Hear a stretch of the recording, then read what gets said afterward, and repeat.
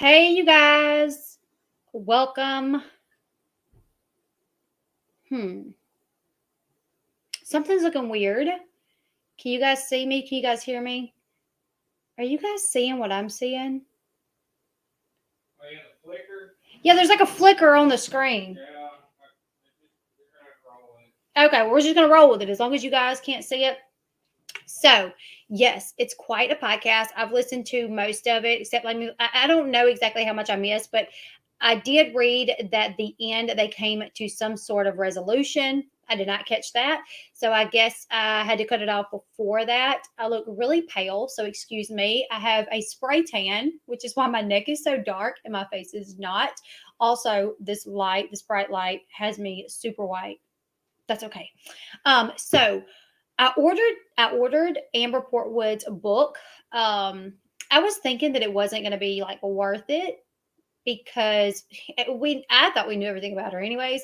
But apparently we don't. There's a lot of things coming out in the book that are really interesting. So today I did order her book, and what I'm going to do is I'm going to do member streams where we go over the book. I'll keep them up for member streams for a little bit, and then I'll probably make them open them up to the public. But it'll be like a not a movie night, but like a book night, where um we just go live and I go over chapters of the book. It seems like the book is pretty interesting. There's a lot of stuff going on. So thank you, Ellie. Hello, my people.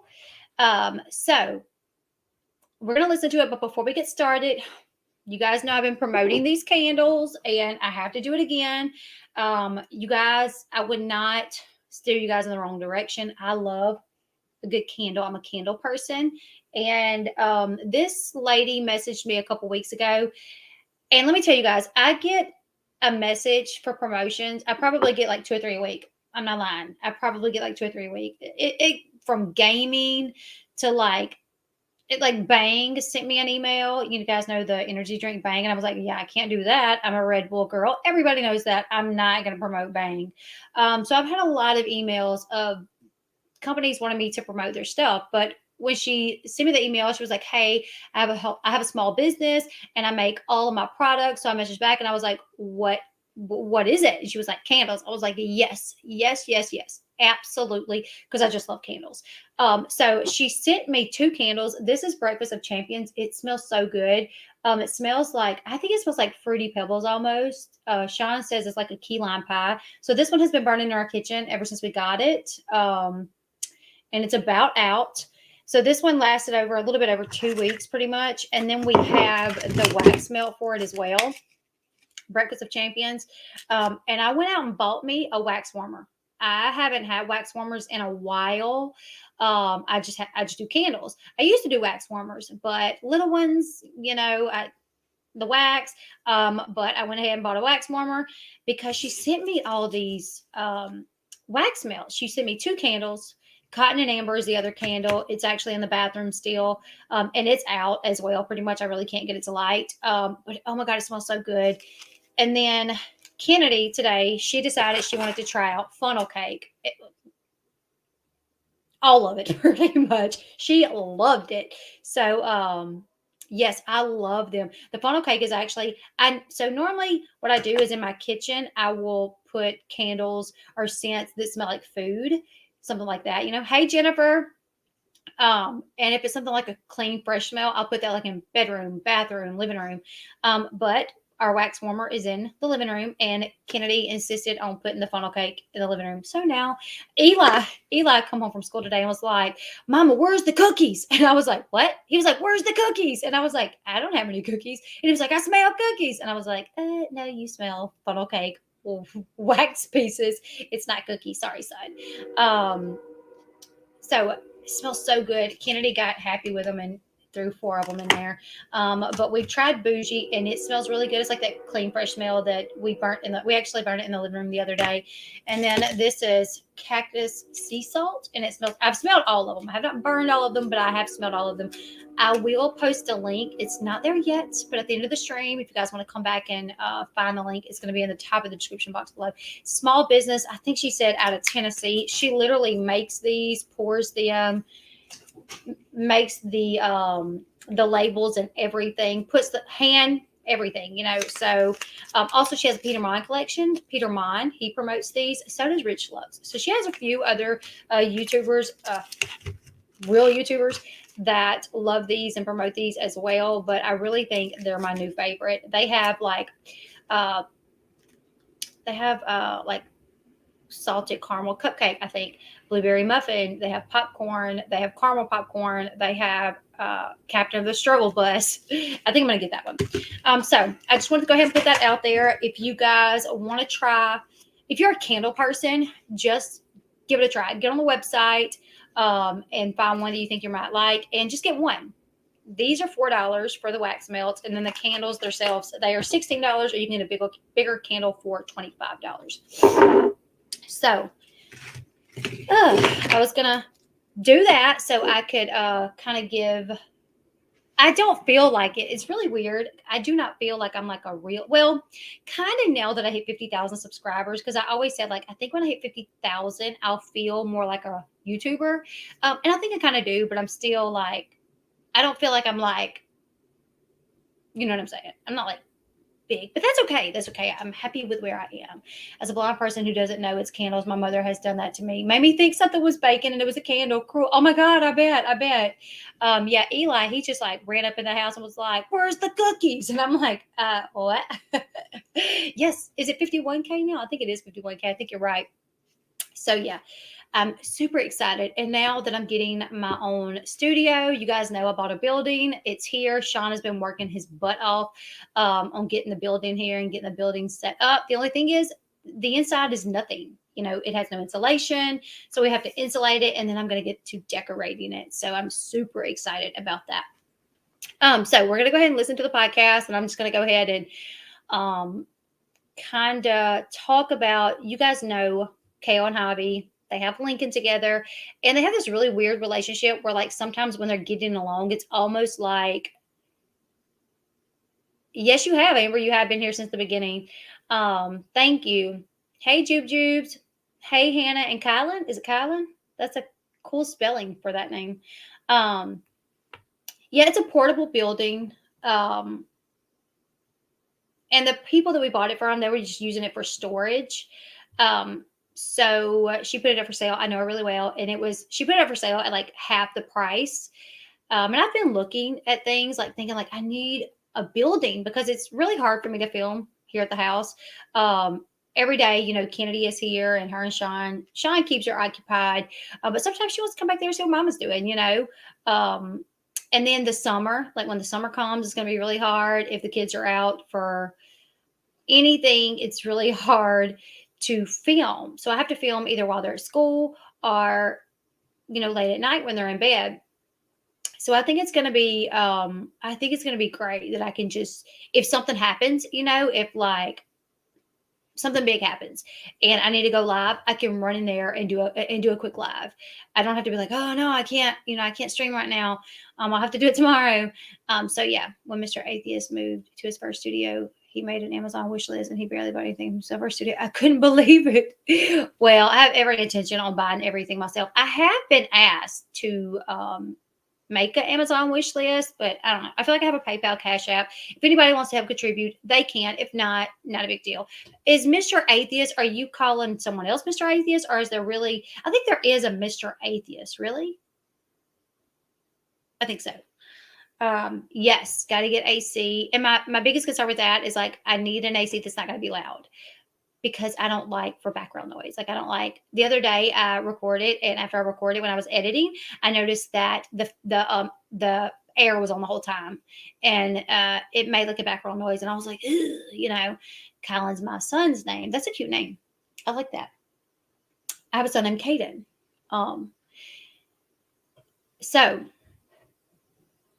I mean, I don't know. I just feel weird about making a wish list, but I don't know. I'll think about it.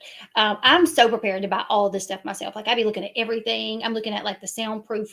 I'm gonna get Octagon. I think I'm gonna get like off-white Octagon, the soundproof foams, and I think I'm gonna get my name like in the neon light to put up behind me, like a black neon light. Not anything like neon. It's just gonna be. I think the wall itself is gonna be like a a light gray maybe.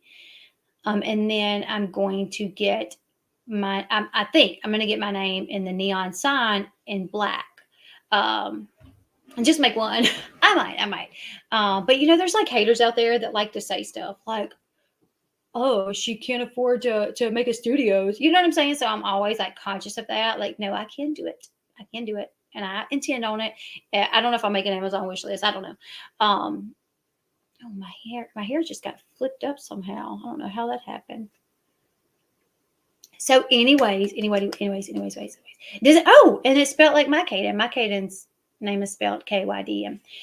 So yes, this podcast was crazy because she was like, so I have Carlos on. Carlos is a friend of me and Javi's, and then I have Javi on.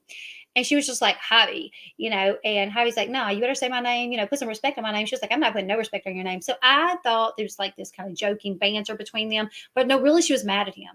She was really mad at him because there was a situation that had happened with them just like a couple days before, and she was still like salty over it. So she kind of let it out on the podcast. I was shocked that she aired something that went that deep into their problems, where she like really like put it all out there. So I thought it was interesting. I was like, we can listen to it together. And I really wanted Shine to be here as well because I really wanted his perspective from a man's standpoint, like him listening to her say what she was saying. And there was also this point where she was like asking Javi not to come to Lincoln's football practice on the weeks that she has him, at least not every one of them. Yes, Sherry, you have. So I don't know. We'll talk about it when we get there, but she did. She was like, on the weeks that I have Lincoln when he has football practice, I would just prefer for you not to come to every one of them because it interferes with my bonding time with him. And Javi's just like, well, if I don't have nothing to do and I'm in the area, I'm one of those parents that I don't miss anything. So I just think it's unfair to ask me not to be there. So we're going to talk about it after we listen to it.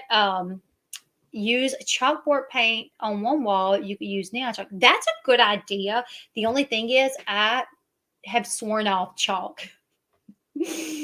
I have an issue with chalk. I don't want chalk in my house. I don't want chalk in my car. I don't want chalk anywhere around me.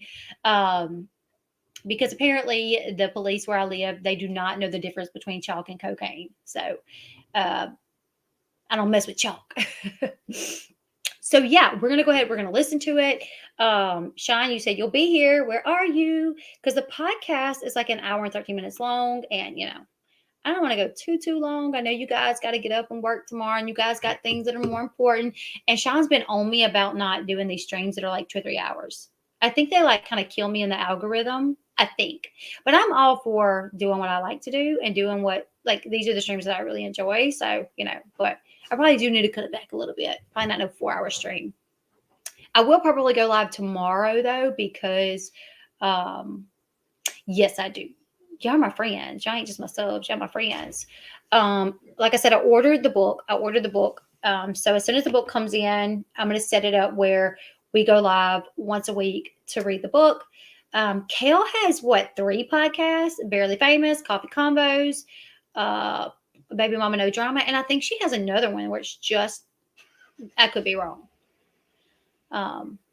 3. Yeah, you guys make sure you smash that like button. So we're gonna go ahead and listen to it. But this was her second episode, I think. So yeah, you guys let me know if you can hear it. We're gonna go ahead and we're gonna push play. I'm gonna be pausing every once in a while because I'm like, if you got 3 podcasts, like I understand it's your business and it's a way for you to make money, but that requires so much. I have 2 YouTube channels, but you guys know I don't use the second one. I made it when at a point when I had to because this one was shut down. So I have that one, but I literally I couldn't use it even if I wanted to. I just don't have the time to put into it. Like I have all these other things that I want to do, like as far as just this channel, to like build up my Instagram that's related to this channel, to build up my Facebook that's related to this channel, put more content out on this channel. There was no way that I could have 3 channels. Oh my gosh, like. And she has several kids, so I guess maybe Isaac goes to Joe Lincoln goes to Javi, and then the two boys go to Chris, and maybe they all get them at the same time. So I don't know. Anyways, we're gonna go ahead and we're gonna start listening.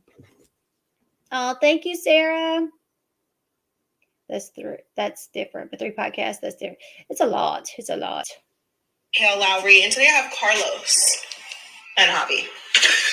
Yo, don't introduce Hold on. Let me back that up because she's explaining who she is. She's like, today I have Carlos and Javi.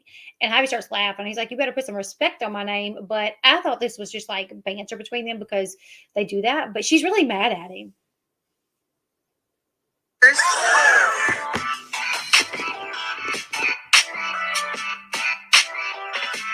Hey everyone, welcome to Barely Famous. I'm your host, Kail Lowry, and today I have Carlos and Javi. Yo, don't introduce my name like that. When you say Javi, you better put it with some. I'm not putting no respect on your name. Thank you for the respect, Kail. You're welcome. So, okay, Carlos, I only actually tailored this interview to just you because Javi backed out at the last minute. So my questions are more geared towards you, but I'm sure Javi will have something to add. Listen, if you don't need me, I can leave. Like, don't get it twisted. Don't let the door hit you on the way out. All right, if you don't want your episode to be popping, I can leave. Trust So me. what you're saying is that your friend ain't popping. No, he's popping, but 2 of us together, that's like True. Straight popcorn. Straight popcorn. I mean, I be getting hype. Straight popcorn. So Carlos is Kail and Javi's friend. They're going to explain that. But yeah, he's both of their friend. And Kail met him through Javi. So he has more loyalty to Javi, but he is still Kail's friend. We need to prop your mic up. That's my guy. Okay. So first, I want to start by explaining who you are and what your role is in my life. So I became friends with Carlos when Javi and I were married, and you kind of just been like the voice of reason. You've been a very neutral party through our ups and downs. And so I just really want to put that out there that, you and I remained friends despite whatever Javi and I were going through. Right? That's an absolute fact. Like I just told him in our podcast that I'm going to be your friend regardless. Right. And it is what it is. Right. But I feel like it's mutually beneficial that you guys are on good terms, but no here, no there. How do you feel when Javi and I are not getting along? Super sad. He said Why? super sad. I get sad because I see you guys when you guys are on the same page. You guys are like conquer the world. And when you guys are not on the same page, it's like petty battles galore. So does he ever give you shit for being my friend? No, surprisingly. I've been waiting Because for it. I will say, and during the divorce, a lot of our people picked sides. Like I think a lot of people went, with him. A lot of people that I was friends with first ended up being Javi's friend. Some people that nobody that was Javi's friend came over here except for you. She said, she was like, throughout our divorce, people kind of chose sides. She was like, I thought that was funny. She was like, people that was friends with Javi, she was like, people that I was friends with kind of went on Javi's side, and people that Javi was friends with, they kind of went on. And she's like, nope, never mind. None of Javi's friends jumped over to my side except you. And he's mutual. He didn't jump over to her side, which kind of tells you something. Like if you guys have mutual friends or your friends that you were friends with before you even met Javi, if they chose Javi's side, then it may be because Javi was in the right and they feel like you did Javi dirty or something. I don't know. The problem is the respect is there. So when if you want him to do something, he'll come to me like, yo, Hop, like, are you cool with this? The respect is there. He doesn't need to ask me. I tell him all the time, like, you don't need to ask me, but I appreciate him coming to me and asking if that's all right. Yeah, I always do. And that's because, again, I met you through Javi. Right. I still love you. Right. However, I got loyalty. My loyalty to both of you guys, but the loyalty started with Javi. It did. But I also feel a sense of loyalty from you. You definitely have my loyalty. It's just, I don't think I would be able to, pick your loyalty over Javi because then that's me being disloyal to him. Does that make sense? Absolutely. But if it doesn't interrupt me and Javi, you got my loyalty all day. Right. You know that. Right. And cool. ultimately, Lincoln's amazing. So when you guys, and I see how you guys work with Lincoln, so I feel like we're all on the same goal. It's it's a beautiful thing. Do you feel like I have been villainized partially because of the things that Javi has said during our divorce and the show? Do you feel like that has villainized me a little bit? Yes. I mean, have you ever called Javi out on that? Yes. I have called Javi out on it. I think it's a combination. I think it's just, who you are. I feel like I understand you really well. Yeah, let me say this. Just with social media and MTV and just in general. I want to say something.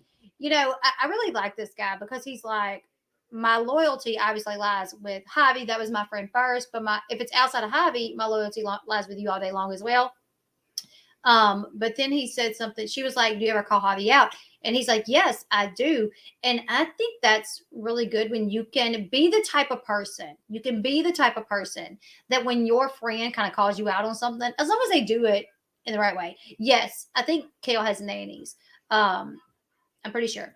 So when you can be the type of person that your friends can say that was messed up, you shouldn't have did that, and you can respect that, and even if you don't agree with it, even if you think, well, yeah, I should have did that. That's exactly what I should have done. You don't flip out and act crazy towards your friend and then stop being friends with him. I think that's a very mature person because I literally have known people that the second you disagree with them and the second you say, well, you shouldn't have did that, they're like, block, and you never hear from them again, which is such BS. So I think it's nice. He's saying that he can do that with Javi, that when he feels like Javi's done something, he can go to Javi and he can be like, hey, you messed up. You shouldn't have done that. And, I guess Javi is mature enough, at least in this sense, that he don't scream, drop some F-bombs towards his friend and hit the block button, so that's good. But yes, I do think Kail has nannies. I think that girl that literally that woman that looks like her, Natalie. I swear, Natalie could be Kail's mom. She looks like Kail's mom. But I think that's kind of like her nanny. Hey, just saying. You've been villainized, but people don't really know the in and outs of like your background and your story and like why you are the way you are. And I feel like I do. So I feel like I empathize with you and I understand you. So like I understand why you do the things you do. That's why I come talk to you like, hey, let's try to do this, let's try to do that. But I think you do a good job of all the. Do you know what's going on, babe? Yeah, I've been listening. Okay. This is their mutual friend. Yeah. I want a guy's perspective, so. Okay. How they villainize you still like kind of, you have your moments, but then you guys move forward. Which I'm learning with you guys now. It's like sometimes I'm like, oh man, like no, like we gotta get this done. I want to work this out. It's like they're not talking to each other. How are we gonna do this? And it's like, all right, we're getting this done. I mean, even a perfect example is this interview right now, right? This was an interview that was originally for Javi. And I'm here. Then it became Javi backed out. Then it was you. Mm-hmm. Now y'all are both here. So what is that like for you? Like you were trying to coordinate. Javi, quote unquote, overbooked himself, but didn't have the professionalism, before you interrupt me, the professionalism to tell me. He told you, and you're in the middle now coordinating with me, and I'm saying like, this is bullshit. This is childish. Javi tells me every single day to grow up. Because you need to. I didn't want to come to this podcast because I don't want to say what I have to say. Then say it. But no, I'm going to keep my opinion to myself to a certain level. You don't, because I'm going to read text messages on this podcast that you say to me, so everyone can so close. I got them too. That's what we're going to do. Perfect. Yeah, that's what we're going to do. She really, I think when they made the plans for him to come on the podcast, they were getting along, but then he ticked her off. So now she's like, now that he's on, she's like calling him out, which is like, she's like, I got to check. And I think the only time you should show text messages on a person is if it's to defend yourself. Like if they're saying, she messaged me and said XYZ, and you know that you didn't, because I've had to share text messages before too. I've had to prove that, but it's only to prove that I didn't do something that I'm being accused of. Like you guys remember when Joe said that I admitted to faking the email, or she played audio where it sounded like I admitted to faking an email. But really, in that audio, I was really saying how I didn't fake the email, but somehow it was manipulated. I don't know, and she released it. And so actually, I didn't have to at the time. A friend of mine went through and released other stuff. And then I did a live stream where I released some more stuff.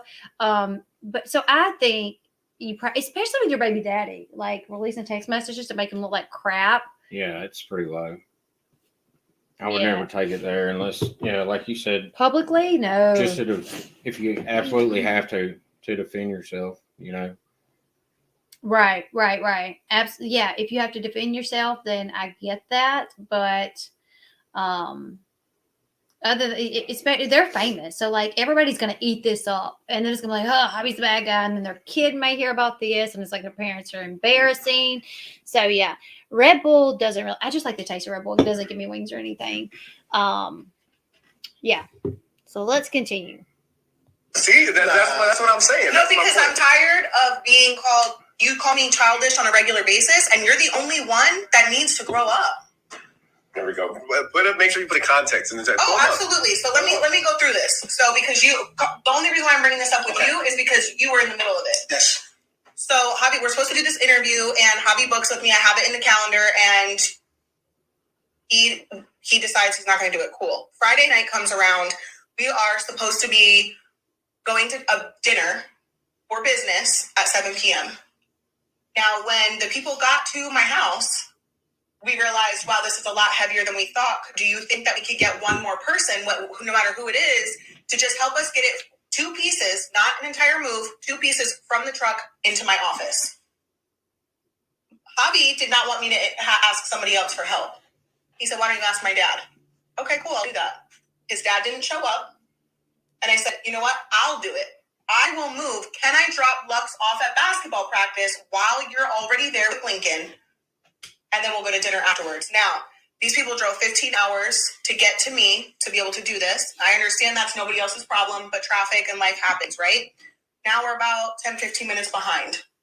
I tell Javi, come to the house. We'll leave for my house. And at this point, it's established Javi is not helping me move the 2 pieces of furniture into the room. Understood. Then it's, what's your address? So I text him my address. No, I'm not coming. Now it's, get your son, because you're not going to pawn your son off on me, and Lux is not my responsibility. Okay, cool. Now, at this point, I'm humiliated because all of this is going on, and these people expected to go to a business dinner with Javi. So now Javi's not coming to dinner, and this is the text that I got. Okay, so you missed out half of the entire story. Where? Okay, so really quick, she does not tell us. Obviously, Javi was mad for some reason, because they were supposed to meet at her house at like 7 for a business dinner. But he is at practice with Lincoln at first, like beforehand. She needed extra help. And I guess she had mentioned something about hiring someone. And he's like, no, I'll just get my dad to do it. But she asked the dad, and the dad, I guess, didn't show up to do it. Hey, Southern Charmer. So the dad didn't show up to do it or whatever. So she needed to be moving stuff. She had people coming in that was going to go on a business dinner with her and Javi. And Lux, her other son, who is not Javi's kid, had basketball practice as well. Javi was already there with their son. So she was like, can I drop Lux off at basketball practice, and you just kind of keep an eye on him since you're there with Lincoln? That way she could go back to her house, be moving, whatever it is that she needs to move, and I guess wait on those people to get there for the business dinner. Would you have done that? Like if me and you were separated and I had another kid and you were like at practice with Eli, and I was like, hey, can I drop my other kid off for you to watch? Do you think I feel like you would. No, if I hadn't ever taken care of that kid, like. Well, from my understanding, that they have a good relationship, and Lux sometimes like goes and hangs out at Javi's house, and Javi takes Lux and like all the kids to do things together. So they're like, because she's like, you kind of become like a parent figure almost to a kid that's not yours. Well, there's 2 ways you look at that though. Like he might be looking at it as if this is my son's brother. Yes. So I want him around my son. Right? Yeah. That's how I would look at it. Definitely. Yeah. Well, he's not looking at it like he's a father figure to this kid. He's looking at it like his son is having his brother come over and do things with him. Right? Mm-hmm. That's how he's probably looking at it. But if it was like, if it wasn't a kid that we had together, and we were separated or whatever, and it was a kid, if you had the kid after us, and I never was in his life or like took care of him or lived with him, it wouldn't happen a whole lot. Maybe every once in a while or something, but no. I feel like you would. I feel like you would be that guy that would be like, I want Eli to be like close to his brothers. If Eli would want his brother to come over, and if we were doing something, then yeah, but I wouldn't I wouldn't want you looking at it as like I'm becoming a father Baby, figure. like I'm not another parent to this kid, right? She does say that later on. She's like you kind of become a father figure to him. Yeah, and I don't think she should look at it that way. I mean, maybe he's just allowing her other boys to come and hang out, so his son can spend more time with his siblings, and it's not so he could be a father figure.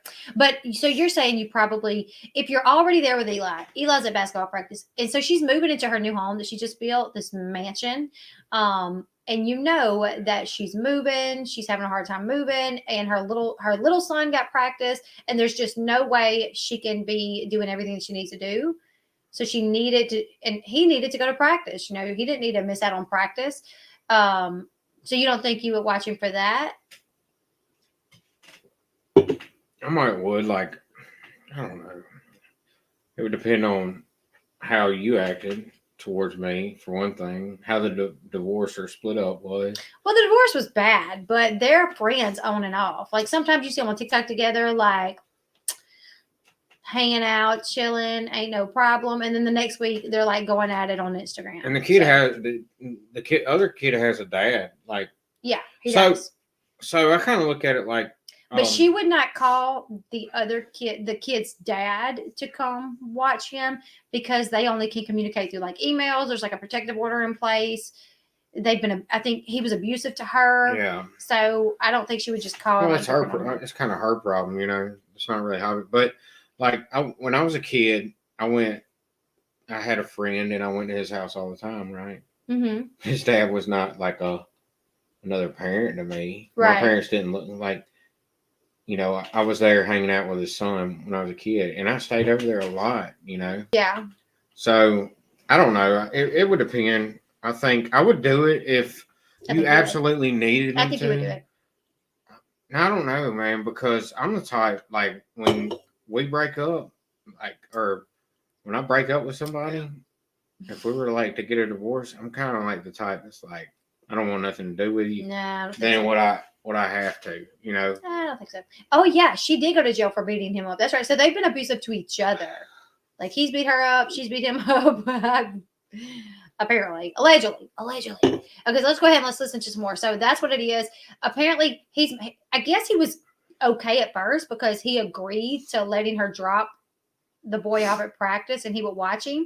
But then when it was time for him to like go to her house for them to go to the dinner, he's like, I'm not going to the dinner and you need to come get your kid. So then she's like, well, I can't really come get my kid. I'll send Natalie to get the kid. Where at? And he's like, my house. No, your old house. That's what he said. He's like, your old house. So she sends Natalie. And then a couple minutes later, he's like, no, somewhere else. And then there's like this big argument. And Kail's like, no, I'm going to send Natalie to the first place that you said because that's where you said. And Javi's like, no, you're going to go to the second place that I said, because that's where I'm at. And he's like, I'll text Chris to come get the kid. And then that really ticks Kail off. So let's listen. First of all, I told Kail, don't come to me as your first person for help. I don't. Whether it's to move 2 pieces of furniture. But when you tell me not to ask somebody else for help because I should ask your dad. Okay, that was weeks ago. No, that was that day. Because I called you. And you said, I'm not going if he's going, and why don't you ask my dad? Okay, so I did. No, admit it, because... I don't remember that. I don't remember saying that. But regardless, so when you drop Lex off, fine, where I said, I don't need to go to your house. Nobody said you did. I'm not the person to help you anymore. But we've already established that, Javi. Okay. The whole point is that you are now at, like, I'm saying, we're running 15 minutes behind. Come to my house so we can lead to the business dinner together. Maybe not the same car, whatever that looks like, but now these people have driven 15 hours. So now I'm going to read you the text. So when I said come get your son, I said come pick him up at your old house. No, that's not what you said. That is not what you said. That is not what you said. And then I said your house in a 2-minute difference because I was already passing your old house. Let me go see what the time difference go ahead. was. Tell the time stamp. Natalie had already left my house. She didn't. She did. She absolutely did. She told me she went to Clayton, so she was up the street. So she left my house. One thing that I've learned from listening to this is Javi is very like, kind of, I don't know, he's like manipulative because he's like, Natalie had not left her house. And Kail's like, she did. And he's like, no, she had not. She had not left her house. And Kail's like, she did leave my house. And he was like, no, she texted me and said she was up the street. And she's like, so Kail's like, so yeah, she left my house. So there were so many times where he said, I didn't say that. And Kail's like, you absolutely did say that. And later on in the stream, she proves it. There was one thing that he's like, I don't know who told you I said that, but I didn't say that. And she's like, look at the messages. You said it. And he's like, no, I did. He goes, oh yeah, I did. So he's very much like, he'll take any little thing, like the Natalie thing, because Natalie was just right up the street from Kail's house. He was going to twist it to be like, Natalie hadn't even left your house yet. And Kail's like, yes, she had. And he was going to go with that. He was going to go with that. And Kail's like, she had left my house. So I feel like he's very manipulative. They both are. Mm-hmm. They both are. I mean, Kail is like on another level, like with the games. Yeah, I agree. I do feel like in this podcast, though, and according to Kail and even Javi and Carlos, they all agree that Kail's done a lot better with like flipping out. And she's like, I've been in therapy for so long to try to not be this way, to where I like don't flip out and I don't like, get physical and stuff. And I feel like it's really helping me because I'm doing a lot better. And Carlos agrees, and so does Javi. Like they both agree that she hasn't like flipped out and like been demeaning to Javi or like cursed at him, that she just kind of like ignores it when he gets on these like tantrums or whatever. So it seems like she's doing better, but I mean, she was a lot, I mean, last year, I guess it was, when she got arrested for hitting Chris. And we know that she got physical with Javi. She got physical with Joe. Did she get physical with Joe? Did she ever get physical with Joe, you guys? I don't remember. Man, ain't that why? What? No. That was Gary, I think. Yeah, that was Amber and Gary you're talking about. Yeah. Okay, let's listen. Well, hold on. I'm gonna say something. Okay. So, somebody said, Javi's still pouting over the divorce. I definitely got that too. Like he said, because I know if this was me and her, one of the first things I would say is like, I'm not the person you need to contact to help you anymore. I'm like, you're my first like you threw that away a long time ago, and that's what I feel like happened kind of with while he was deployed and everything. So it was a terrible, terrible situation. Like he came home and she was cheating on him, right? Yes. Yeah. According to him, like In he a came TV home show. and there was like another man in his house, but she said that they actually split up before he even left. That they just pretended for like the cameras that they were still together. They went and did marriage boot camp. But she said when they did marriage boot camp, it was not to work on their marriage; it was to work on like co-parenting. But they stayed in the room together. Like, I mean, yeah, but had they decided to see other people? I mean, probably not. Or where they just split up because they were married, right? Like if me and you are like, okay, we're splitting up, we're gonna separate. That doesn't mean you can go start dating other guys, right? Yeah, and it does not mean you can start dating other females. Ever. I do that anyway. No, I'm just kidding. Ever. But that's a big difference, And coming home from a deployment, like deployments are high stress. Chances are you're not going to get along with your spouse during a deployment. I mean, that's like, it is high stress for both people. And Javi's a cheater too. Yes, he has. Yeah. But I'm just talking about the Kail situation, like him coming home from a deployment. To that, I would have drew a line a long time ago with her and made it clear that like, I'm not your friend. I'm not here to help you. Like we share a kid together. I'll work with you when it comes to the kid, and like we can try to raise the kid together. But like we're not friends. We're not talking. I'm not doing favors for you, and I'm not calling you, asking you for nothing. So I wouldn't even be in that situation. I feel like. Then I would like sit around and wait for you to call me and be like, "Hey, it's my week for Eli, but I got blah blah blah blah, and I need you to do something." I'm like, "Nope." Well, that would be figure it out yourself, son. Yeah, that would be what it is. Which now you could because you got family here. But before you really wouldn't have had any help. That would be like the kid thing, right? Like that's co-parenting. That's not really. Yeah, I see. That's what I feel like. It's not really with our favors. kid. You should do it. Like if it's your own kid, but then if it's like a kid that isn't yours or isn't mine. Like if you married someone else, which you wouldn't, because it couldn't happen. But if you say you got married, you had another kid, and you called me and was like, "I really need you to go get this kid from blah blah blah." I mean, I would do it because I'm that type of person. I would definitely do it. But it wouldn't be my responsibility. I'm more to do petty it. than you, though. Yeah, you're petty. I'm way Sean's petty. Oh, yeah, I'm pretty petty. Sean is so petty. Like somebody was calling Javi out for being petty, and I was like, I'm pretty petty. I can get real petty. Sean can get really petty.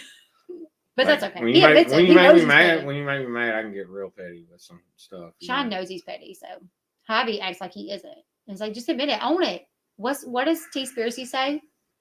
Own thy nasty. Own thy nasty, Javi. Yeah. In all forms of nastiness, because he be nasty. Okay. All right, let's listen to some more.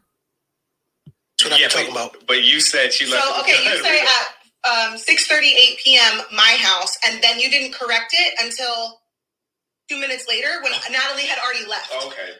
So that was quick. Regardless, can I just say that's very quick? Yeah. For Javi to be like, okay, come get your son. See, that's within 2 minutes. Kail has then told Natalie, and Natalie has then jumped in the car and taken off. In 2 minutes, which I think Kail did say, like, I didn't have my phone. Yes, it came through 2 minutes later, but I didn't have my phone at that point. But that is quick for somebody to already be out going to get the kid, you know. But anyways, you got something to say? You got something to add to it? No. Okay. Regardless, this is the text I get, and I think this is the problem: is that you are stuck on not being my boyfriend or my lover. That is the bottom line. It's not anything else. Right. I'm not your person to come to anymore. But to use my son, because to say what you said about my son was crossing the line, and now we're not friends. We already weren't friends. Now we're definitely not. Because you're trying to So let me dictate. read. I'm not trying to dictate. So read them, yeah. You said your house. That is where I said Natalie. That is fine. And in 2 minutes, I said, actually, then you changed it. Yes, so I'm sorry that I sent her to where you said originally. Okay. That's fine. But instead of going back and forth, so this is what he says, Carlos. Yeah. Next time, do not pawn your responsibilities on me. Lux is not my responsibility. Figure it out yourself. Again, I'm not your boyfriend. I'm not your lover to be helping you anymore. That's a big fact. Then you go on to say, again, Lux is not my responsibility. We will wait here, or I will have Chris come get him. You're fucked up for that. You are no. I don't want an excuse. It's not an excuse. That is so fucked up for you to say that, and I've never once tried to dictate where you're going. He said, like, he's not my responsibility. I'm not your person. So you better get here to get your son, or I'm calling Chris to come get him. So that his daddy. So Javi's like, if you don't get here to get him soon, I'm gonna call his daddy to come get him, and that really ticked Kail off. Yeah, that's a pretty manipulative dig right there. I feel like. Yeah, I would be mad. So because, I got 2 older kids. Go ahead, babe. I'm sorry. No, I just feel like that's a real dirty dig right there. Like, because, you know, I think he knows that Kail thinks that her son looks to him like a father, right? Mm-hmm. So I feel like he's intentionally calling out the fact that he's not the kid's father, and you get what I'm saying. I feel like he did that intentionally to let her know, like, I'm not the kid's father. Like, don't even expect anything from me. Yeah, you know, concerning this kid, don't expect anything out of me. Yeah. So I have 2 older kids, and like, say my mama was helping me with them or whatever, and she's like, hey, I'm going to be at Walmart in 10 minutes to get them. If you're not here to get them, I'm going to call their dad. I'll be a little irritated. I'm like, what? Their dad who, first off, I'd be like, well, good luck with that. He's not going to come. But it would irritate me, you know, that she even went to that, like, I'm going to call his dad. Like, so I do kind of get, but she's more like, in a minute, she's like, you're going to call my abuser? But technically, it's like, you're his abuser too. So, but she definitely looks at him like that is her abuser, you know? So she's like, to say that, like, that ticked her off. She is mad. She is so mad. Well, see, I don't like that, though. Like, she hit the dude too, right? Yes. Like, she was arrested for that. I mean, let's just get, I want to say this. Like, I totally disagree with a man putting his hands on a female unless he absolutely has to. Like, the thing is, like, some women nowadays, like, they will cross a line with a man, right? They'll put their hands on a man. And I'm not saying that's what happened with Kail, because I don't really know. I just know that she was arrested for hitting him. So that means at one point in time, she hit him first, right? she swung on him first, or they wouldn't have took her to jail. Yeah. Well, in this situation where she was arrested, he did not hit back. But there was a previous situation where he allegedly choked her. There was a couple of times where Chris had gotten physical, allegedly, like even one time, like kicking her dog, choking her dog or something, like threatening her friend, choking her. So he was like, really, but one time when she showed up to get one of the boys, Chris had cut the boy's hair, and he had long curly hair, and he literally chopped the curls right off and messed it up. Yeah. And Kail, when she noticed, she turned around, went back in, marched up in the house, and Chris was standing there. She just went to wailing on him, and Chris's mom and sister had to pull her off, and allegedly he did not touch her. So she did get arrested for that. See, that's what I'm wondering about the Kail situation, because honestly, she is very aggressive all the time. Like her aggression, her level of aggression is like cranked up all the time. Anytime she talks, she comes across as like the most aggressive, in your face woman, which to me is very not feminine, right? It's not a feminine quality to be so aggressive every time you speak, right? Right. To me, it's very man, like I don't know, kind of manly quality, like or maybe the quality of like a little boy. But anyways, I wonder how many times like she was hitting on him and he hit her back. I don't know. Is that possible? I don't know. That was a situation. I mean, because I feel like when you have somebody who's actually an abuser in your life and is oppressing you and abusing you, you don't put your hands on them all the time. I wouldn't. No, I mean, I wouldn't put my hands on you, and it's not because I don't think you're going to hit me back, but I shouldn't do it. But if you were to hit me back, you would knock my block off. You know what I'm saying? Yeah. Like, so if I really was with someone that I had hit them before and they hit me back, I would be scared. I was like, yeah, I'm not going to do that again.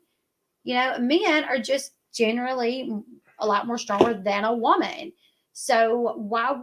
And she already knows that Chris can get up there, allegedly. So I definitely wouldn't. Yeah, we really don't know what he's done to her. He could have done terrible things to her for all we know. Like we don't. It's hard to say. Yeah, I just don't know how many times. It's hard to say. We don't know what she's done to him either. That's we don't know. I don't know how many times like they got into it and she put her hands on him, and it might not have ever happened. But one thing I feel like is when there's a woman who's truly abused by a man, or a man that's abused by a woman, like they're scared. They don't want to bring it to that level. They don't want to. They don't put their hands. They don't want to attack them physically. Right? Like it just doesn't make sense in my mind that somebody who's abused would constantly attack their abuser. Right. First. Yeah. Let's go ahead and let's listen to some more. Was simply saying, we're running a few minutes behind, and I told you that. But that is irrelevant. So then when I say moving forward, let's move back to email, which was originally your idea. That was something that you wanted to do from the get-go. Same thing for Chris. You guys asked for that. And when I texted you, let's move back to email, you told me grow up. I think you said grow up, dude. Something like that. Shut up, dude. Grow the fuck up. Bye.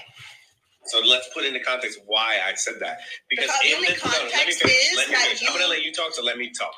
So instead of arguing back and forth via text, 14 messages, you could call Natalie and just say, hey. But I already did. Okay, but so then why are you arguing? So I didn't argue with you. I never once argued in that text. I don't argue with you. But you didn't tell me you told Natalie she was coming to my house. You kept telling me, I'm going to meet you at your house because that's what you said originally. That is what you said. Okay, and I corrected it 2 minutes later. And when did I pawn my responsibility? I asked you, could I drop Lux off? And you said yes. Therefore, I'm not pawning anybody. And then when you said that you were not, I told you, if you're going to be like this, you don't need to come to dinner. Right, and I said, okay, I will come get Lux. That's what I said. So at what point do you feel that I pawned my responsibilities off on you? And at what point did you think that it was acceptable to threaten my abusers with coming to get my child? Well, when you're playing games like that? So how does it feel for you, Carlos, to be in the middle of all this? Because clearly this is not...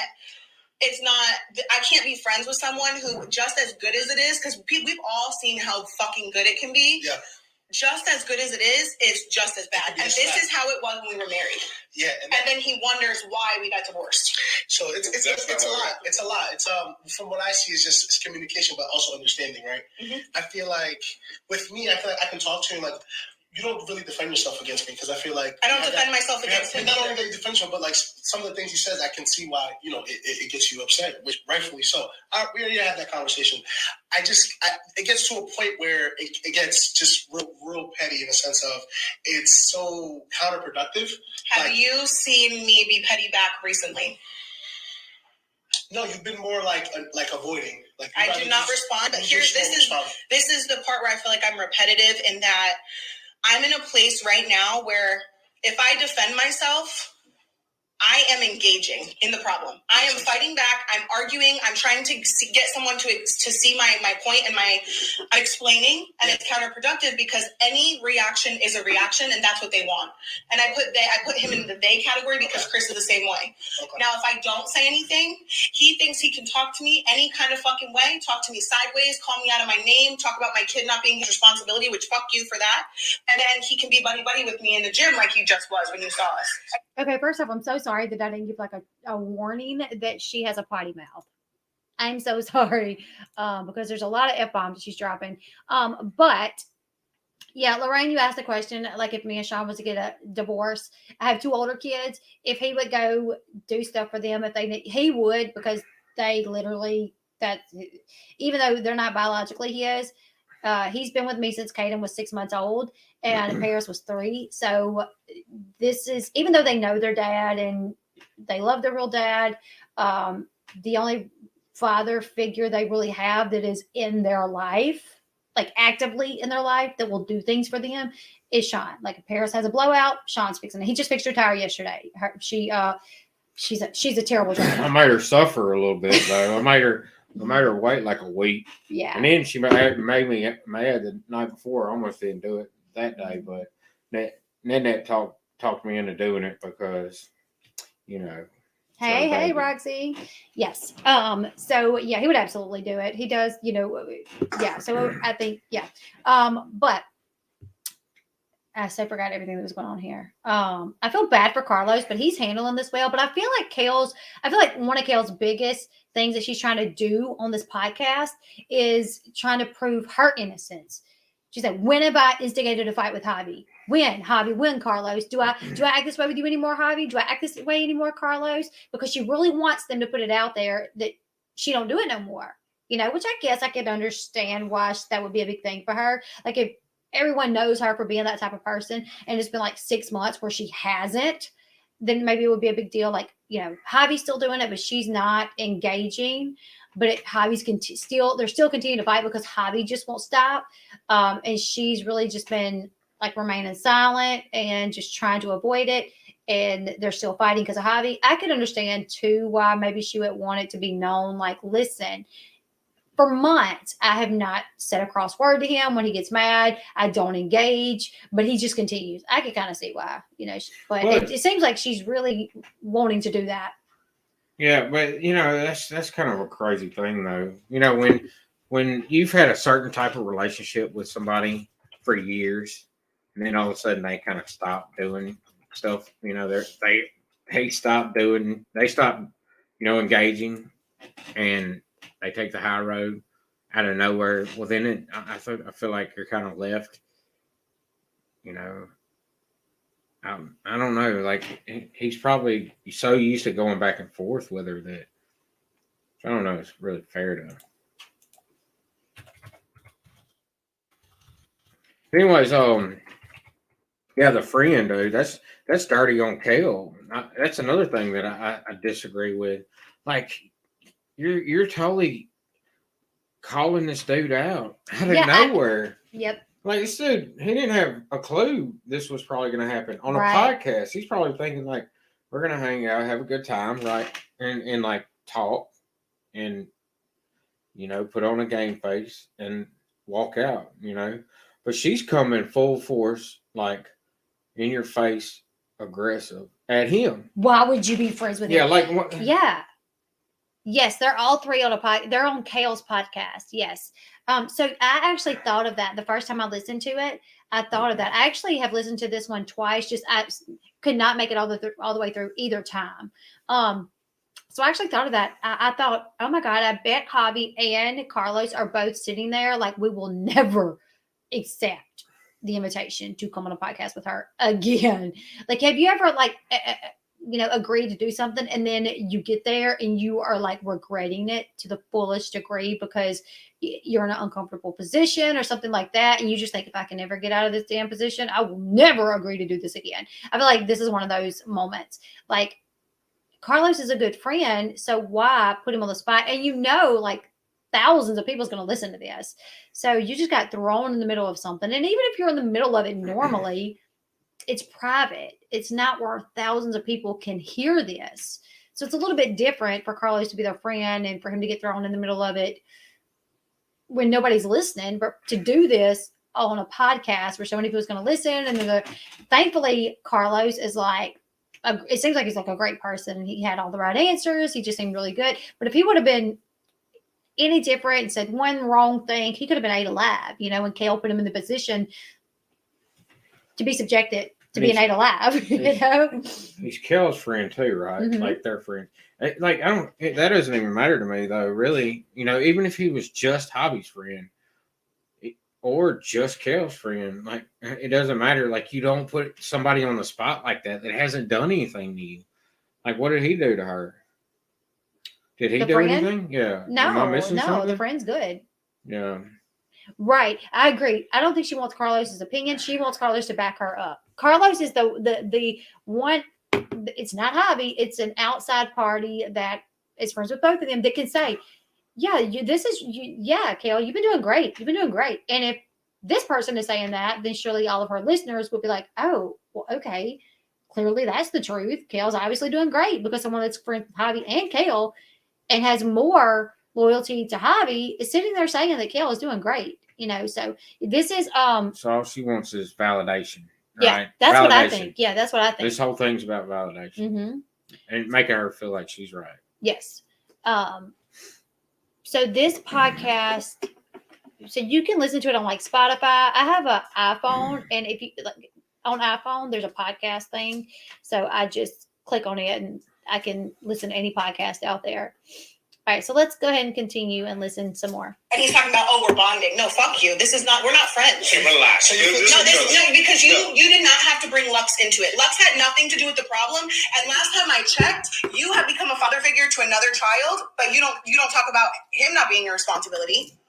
Okay. As a matter of fact, we've both done things for that child, and we don't complain about it or say things or use it against his parent. So why do you feel like you can use Lux, who you agreed to stay with for the 1 hour? And I even asked you, where are you? I will come get my son. You did not need to do that. So when I tell you to come get him, you're not going to dictate where I'm going to drive. I said you're either going to pick him up here. House. Let me talk. I said you're going to pick up your son at your old house, or I'm not So you driving. thought it was okay to threaten me when with you're playing Chris. games. So why do you have his number? When did that happen? I don't know. I was just going to message him on IG. He doesn't have his number. That's not funny. That's not cool. That's not funny. But you're not. I think that's a little manipulation too. Like, because Kail, she's busy trying to do her work, trying to get her house put together. And now I'm not saying I agree with everything Kail does, but I think she's in the mindset of like, I got stuff I got to get done. And then Javi's like, bam, come get your kid. And she's like, and he first says, at your old house. So she sends Natalie that way. And he's like, and I'm not coming to the dinner. He's mad, obviously. Come get your kid, or I'm going to call his dad. And no, not at your old house, at my house now. And she's like, what the hell? Like, no, I sent Natalie to my old house because that's where you said. And then now he's like, you're not going to get to dictate where you pick up your kid if I'm the one, dropping him off or whatever. So it seems like he just was making a situation that did not need to be so complicated, because his house from Kail's old house is not that far. Why didn't they just come to his house? And wasn't the kid at his house? Well, the kid was at basketball practice, and Javi left and brought him with him. At this point, Javi had got mad for some reason, clearly. So he texts Kail and he's like, I'm not coming to dinner, which was a business dinner, which these people, for some reason, drove or flew, 15 hours to be able to have this business dinner with Kail and Javi. And he's like, nope, not coming. So then she has to tell the people, and she's late now because Javi told her, don't hire anybody to help you. Get my dad to help. And she asked the dad to help, and he didn't show up. So now she's late from having to do it herself. And these people for the business dinner, they're waiting on her. And then she's, Javi's like, not going, and come pick up him from your old house. So she's like, okay, fine. So she sends Natalie to pick him up. And then like 2 minutes later, he says, never mind, I'm already past your old house. Well, why not just stop at our old house? That's where you said, just stop at the old house. He's like, come to my house. But she says later on in the episode that she did not have her phone and didn't see it right then. But when she saw it, she did call Natalie and was like, hey, now he's saying go to his house. So she was like, you were just being petty. You couldn't stop at my house. And then when I'm like, well, I already sent Natalie to my house, she's going to my house. You were just like, no, if you don't do it, I'm going to call Chris. So I do feel like he was being petty. No, yeah, I feel like that was like, first off, you told her you would keep the kid. So if I had told you that I was going to keep your kid, and you made me mad, and it was only for like an hour, and I knew you had stuff going on, I'd probably just be like, F you on the phone, hang up on you, do whatever I had to do. You get your kid, and then probably later on, I'd probably say, hey, I'm not getting put in these, like, I'm not putting myself in this situation anymore. So you find someone else to keep your kid. So I'm not putting over your mouth and your BS, and just so I can babysit for you. Yeah. Which I don't know why he did get mad at Kail. I think we're missing something here that they're not telling us for why he got mad. Because all of a sudden, he's mad. They were good. He agreed to watch the kid at practice. They had a dinner to go to, but all of a sudden, he's mad now. And nobody told us why. I wonder why they aren't saying, like, we aren't getting the whole story. Are both of them dating somebody or with somebody? No, I don't think so. I don't think so. So somebody said, can you scroll up? There was a comment that said, right, one more. All right, right there. Well, I think you passed it up. Right there, okay, yeah. I think the kid she's talking about, him being a father figure to, is Isaac. Yeah. I think that makes sense, yeah. She's saying, yeah, I agree. She's saying he doesn't have an objection to him, but an objection to Lux. Yeah, that makes sense. But it doesn't, yeah, that's definitely what she's saying. But that is different, though, because I feel like he raised Isaac for a little bit. Yeah, don't tell me what kid I have to like or have an objection to or not. Like, it's not your choice. Or be closer to. Like, if I don't like your kid, or if I don't want to get close to your kid, I'm not gonna get close to your kid. If I don't like your kid, then I don't like your kid. Like, I don't have to. I didn't like hardly any kids before I had them. Yeah. Shaw was not a kid person. No, not at all. Okay, let's listen. I'm gonna dictate where I said, come to your old house. I didn't. But you did. You were playing games. No, I did not. I told Natalie to go to your house because that's what you. See, he's like, you were playing games. You're not going to dictate where. And she's like, I wasn't. You said here, so that's where I sent her. So the whole time he's telling her she was playing games. But really, I feel like he was playing games. That's what you said. And I sent her the screenshot, so that's where she headed. Okay. And when I gave her your number so that she could work it out with you, because I'm not going back and forth with you. Right. At the end of the day, that's not the problem. The problem is your mouth is fucking reckless. Because you think you're at like this high horse where you could talk, like you control every situation. When was the last time I insulted you? It's not about insults. You just think you control I'm asking every you, when was situation. the last time I disrespected you? Example. Let me ask you, when was the last time I disrespected you in an argument? That's not. I'm asking you. I'm asking you. Right now. I'm asking you. In that situation. I'm asking you. When do I talk to you any kind of way? I don't know. I'd have to look. Right because now. I don't. But you think you control every situation. True. Right now. I don't know why he don't say right now. Like, you're doing it right now.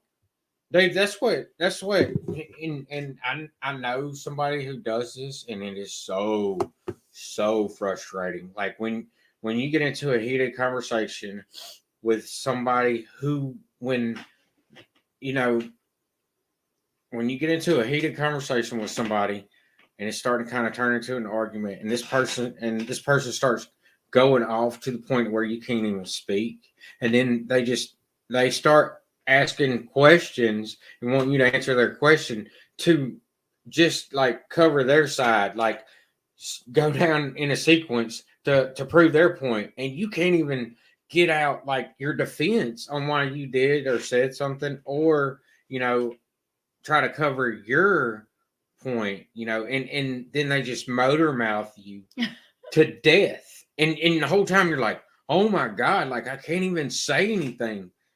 But she's completely controlling. And I think Javi was being petty and in the wrong, but she is so controlling this conversation. She's definitely controlling the conversation. And taking it where she wants it to go. And if Javi tries to bring up any point or talk about anything that, if he tries to take it in any direction that he wants to go, she immediately shuts that down and hits him with something else, And I feel like that is, oh man, it's one of the most aggravating things in the world to deal with.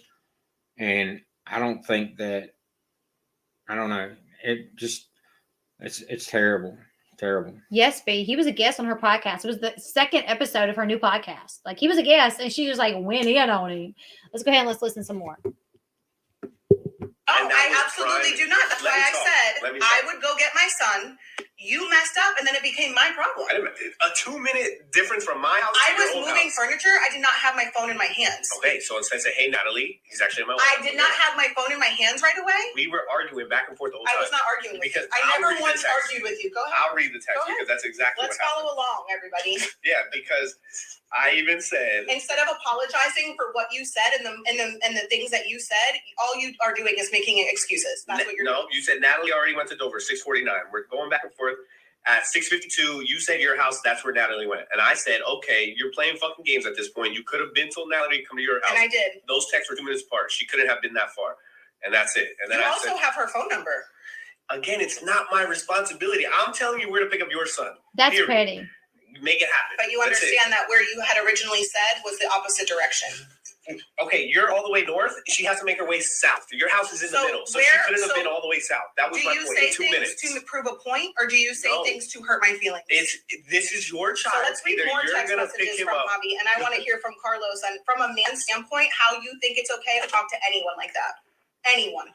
I'm just letting you would be okay if Lincoln said the things that you say to someone. You'd be okay with seeing Lincoln say them. You're playing games. I'm asking you a question. It doesn't matter. There's no controlling anything. Yes, there is. The only one trying to control anything is you. Let's read some other text messages that he says to me. And as his friend, how do you not check him? I mean, he's a grown man, and that's and first off, it's not the friend's place to check him. Like, he shouldn't even be in the middle of their drama, honestly. Like, if he's friends with both of them, if I was friends with two people that were like this, I'd be like, listen, I love you guys both, and I do not want to be a part of that. Please don't make me a part of that. So it's not his place to check him.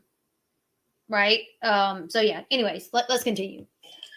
I check him in the way I can check him because ultimately he's going to do his own choices. Ultimately, that's your relationship. I can only give you guys advice and tips and like what I see. Mm-hmm. It's not like, yo, Kail, do this, Javi, do this. No, right. But I think when you see the text messages and you see the things that he says to me, as a man, you can't think that's okay. We have those conversations. Like, there's things that I'm like, okay, I see why you said that. And there's other things like, damn, bro, you shouldn't have said that. Or like, we could say something different. Or like, and I tell her. But she says all the bad things. But when you need good things, can you get Lux into this school? Who you calling? So I didn't have to call you. So can I say one thing? Real quick, on that point, and that's my point. This is the thing. I feel like sometimes it's like a power struggle. I know. There's no power struggle anymore on my end. It's okay. I'm talking about from Javi's experience, from what I know. I know sometimes, and you are an alpha female at the end of the day. I know that. Doesn't matter. It's how you come across and what you're saying and how you're saying it.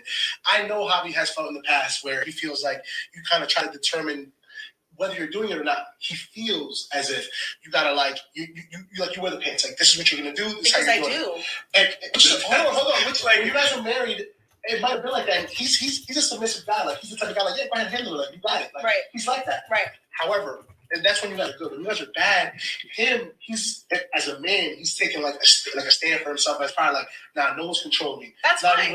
So in those moments, I know him, but in those situations, I could tell how he's feeling. He's just like, no, like, it's not about convenience. Like, it's more like, no, I gotta like kind of take a stand for myself. And that's he fine. feels like he was like maybe weaker before, like absolutely. And I feel like literally that's the stem, that's the root, right? That's fine. That's the root, right? So because we gotta get to the root of the things. The root of the problem. And then it gets petty after that. It's like that's the root, and then it's like now he probably could. You guys could have both done better. I don't believe that I could have. What I'm saying, even in communication, right? Because he's like, oh, well, you were yelling with text. I'm like, I wasn't. yelling at you. I never was. Who knows? It's a text. But I didn't even say that. But my point is, that's how he's perceiving it. Whether it's a no, I think that Javi goes for the jugular every single time. You guys go hard. I do not. I honestly, in the recent past, I can't.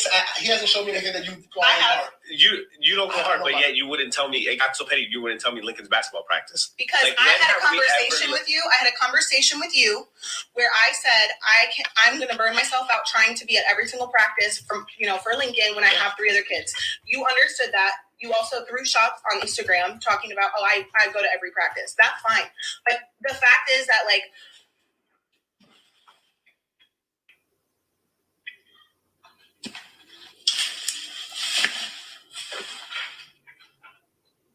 don't cry. I don't want to argue with you to cry. Okay, so she's crying, and what makes her start crying, I think, is because she brings up the fact that Javi threw it in her face, saying that he goes to every single practice. He's like, I go to every single practice, which Kail clearly cannot. She's got 4 children who they're all involved in extracurricular activities. So there's just no way she could go to all of Lincoln's practice. So I do think that was a crappy move on Javi's behalf.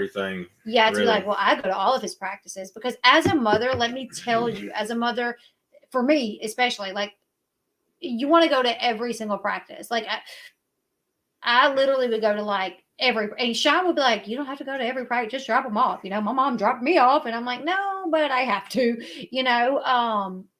so when you can't, you feel guilty anyways. Like if you can't for work or whatever, you feel guilty. And then if you have their dad throwing up in your face that he goes to every single practice and you do not, that's a crappy thing to do. Yeah, that's pretty bad. And one thing you don't ever do when you have I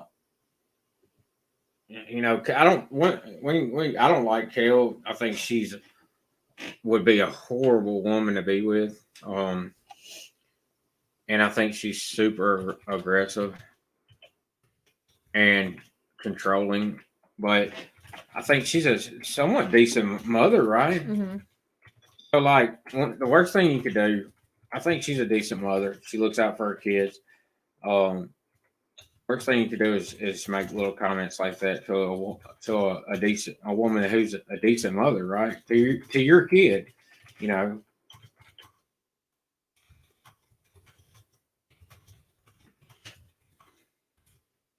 I was typing it, but yes, from my understanding, Javi does still see Isaac. Like, I think it's actually mentioned in this podcast that, like, if he's coming to get Lincoln and they're going up for ice cream or something, he will bring Isaac, and sometimes like Lux and Creed. So yeah, he does still see Isaac. Okay, let's continue.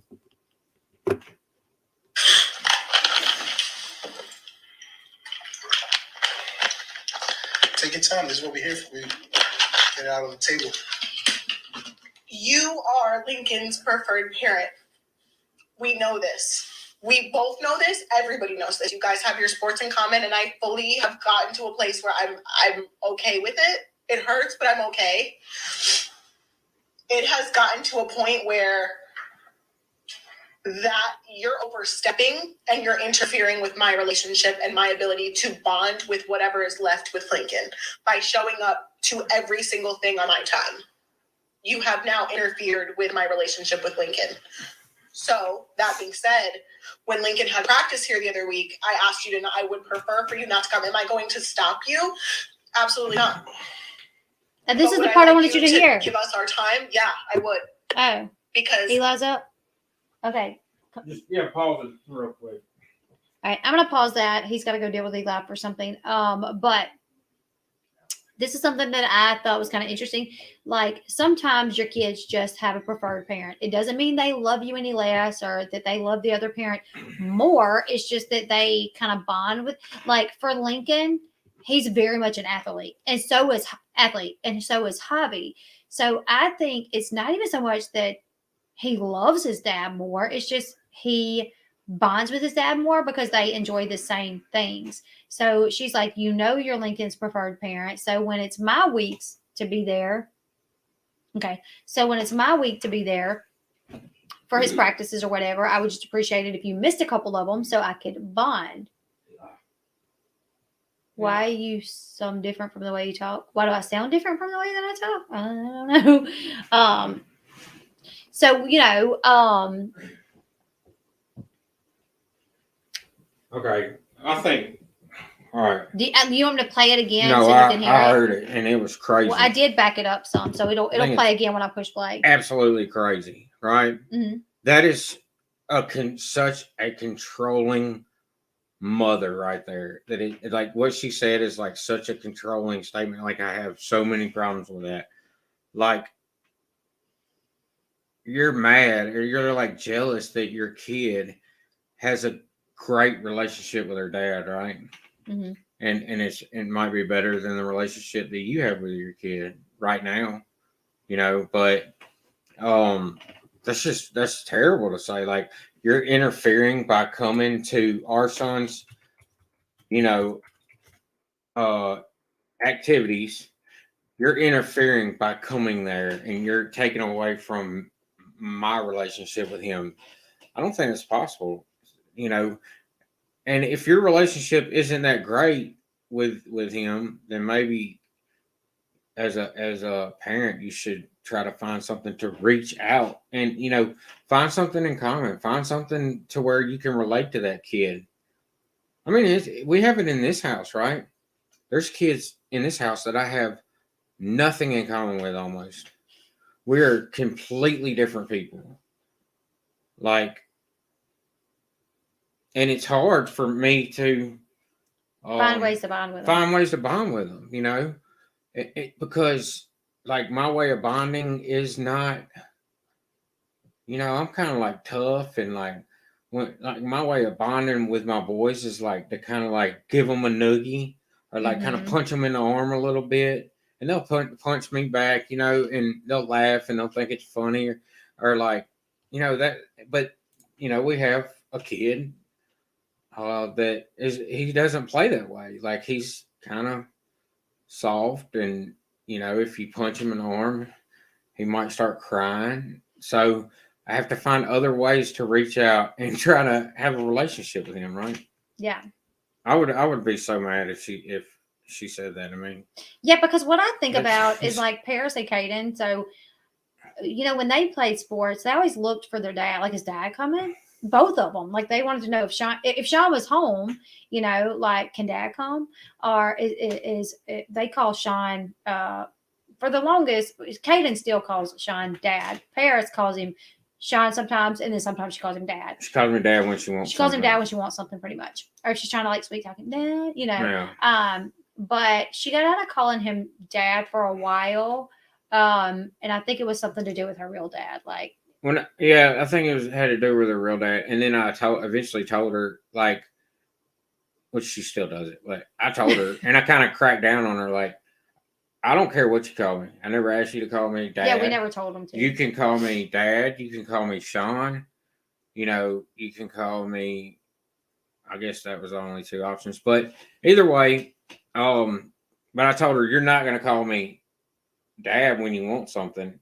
And then Sean all the rest of the time. Like but she still does it sometimes. You're gonna pick one and stick with it. Like I'm not playing that game with you. Yeah, she still does it. But Caden calls him dad all the time. And then when they were small, they both called him dad all the time, and they called their real dad Daddy Michael. That was nothing that we did. We did not tell them to do that. They just started doing it. Paris is always, though, when she was mad at me, she would call me Sean. Yeah, even when she was little. She'd be like 8, 7, 6 years old. And she'd be like, Sean, nah, nah, nah. But all the other time, it was dad. Anyways, back to us. When they played sports, when they were smaller, they would be like, did you tell Daddy Michael? Did you tell Daddy Michael about the game? And there was a couple of times where he said that he was going to come, and a couple times. Yeah, it was like twice where he said he was going to come. And when Paris played softball, okay, he said he was going to come, and the way there, did you talk to Dad? Is he coming? When we were there, have you heard from Dad? Is he coming? He didn't show up. I think one time he may have showed up with his parents. Didn't he show up with his parents one time? But the thing is Lincoln is I'm sure Lincoln's going to want to see both of his parents there. So I feel like her telling Javi not to come is giving Lincoln the short end of the stick. You know what I'm saying? Like of course he wants both of his parents to be able to be there. You know what I'm saying? And she can't bond with him while he's out on the field playing. So, and you can't be like, okay, well, come, but leave before. What bonding is there when there's a ball game? I mean, I know all the ball games I've ever taken my kids to, we go, yes, we hang out in the car on the way there, but then we get there and they're off doing their thing and I'm watching them play ball. And then afterwards it's like, oh, we're all tired. We're all trying to come home. Great game, and you're telling about the game or whatever, but you're in the vehicle headed home. So it's not a whole lot of bonding that happens in the moments of them playing. So I don't know. I just thought that was a terrible thing for her to suggest. Yeah, I don't agree with it. And like someone else said, Javi only has 2 kids. He is single. So if he is literally sitting at home with nothing to do, and he's one of those parents that he wants to be there for everything. So if he's sitting at home with nothing to do and he knows that Lincoln has a game, why can't he go? It just don't make sense to me. Let's go ahead and let's listen. I did back it up, though, because I wanted to make sure Sean could hear. With Lincoln. So that being said, when Lincoln had practice here the other week, I asked you I would prefer for you not to come. Am I going to stop you? Absolutely not. But would I like you to give us our time? Yeah, I would. Because I had to pay someone to watch the rest of my kids so I can be there for Lincoln. And when you step in, that's taking away from me and Lincoln. And I've made that clear to you, and I have the emails to prove it. And I feel like that's enough. Like, enough is enough. And I go through therapy for these things. And when you sit here and you know this, you still do it. It's now a choice. This isn't a mistake where you're saying, oh, wow, that was a mistake. I understand how you feel. I'm sorry. You know how I feel about it. You've seen me cry about it. I've cried to you about it. And then you continue to do it. Now it's a choice. And on top of that, you're now insulting me during every single argument. Every single argument for the past 6 months, you have insulted me. You degraded me. You've attacked me as a mom and my character. I don't do that to you. I can honestly say for the past probably 2.5 years that I haven't done that to you. So when you tell me to fire my therapist, no, I'm actually, maybe you don't notice what I'm not doing because I haven't insulted you. I haven't attacked your character. I haven't done any of that in a long time. But for some reason, you do it to me worse now than when we were married. And I think the root of it is that we're not together. It's not because I'm petty and it's not because of there's a power struggle, because there is no power struggle anymore. There's no power struggle. We're not fighting with each other. I feel like we do a good job when we're doing a good job, but I'm to sit here and just express to you how I feel. And then you continue to do those same things. So now I'm tired. I have recently started going to Carlos about it because I'm I am doing what I can. But like I said, I'm between a rock and a hard place. And when I respond, it's some sort of response. And when I don't respond, you think you can talk to me any kind of fucking way and then act like we're friends at the gym. It's not okay, and you need help. I don't want. And that's how I feel. Up hearing that. Well, you can't honestly ask me to not show up. It's never been an issue. I've never asked you. I just said that I prefer because. So what do you? Carlos is a mutual friend between the both of them. Sorry. That's all right. So there's one thing, so she's saying that she's talked to Javi about it and to give her time.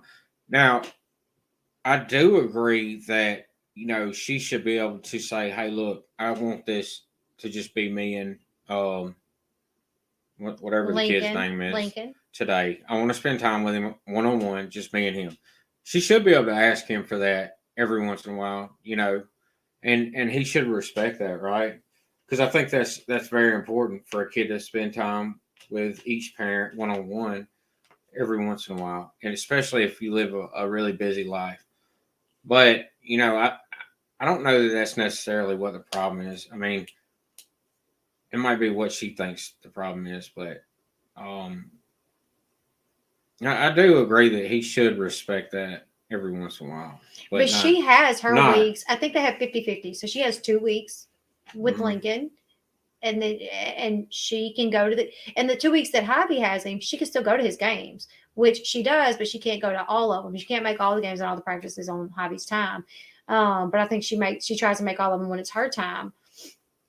Yeah, he lives with her half the time. So I'm like, well, why don't they plan to do something on a day that it's not like a football game, like maybe plan to go to ARU together where they can spend one-on-one time together, where it's not something that Javi is not used to participating in.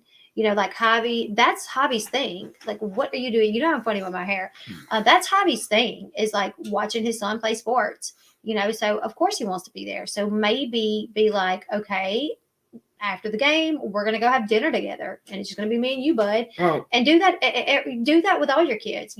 There's 4 months. I mean, there's 4 kids. There's 3 weeks within a month. Maybe, I mean, she got the money to do it. She can 1 week, her and Lux goes out to dinner. The next, or it don't even have to be dinner. They can go to like arts and crafts. They can, whatever the person's interested in, the kid's interested in, and it could be her time.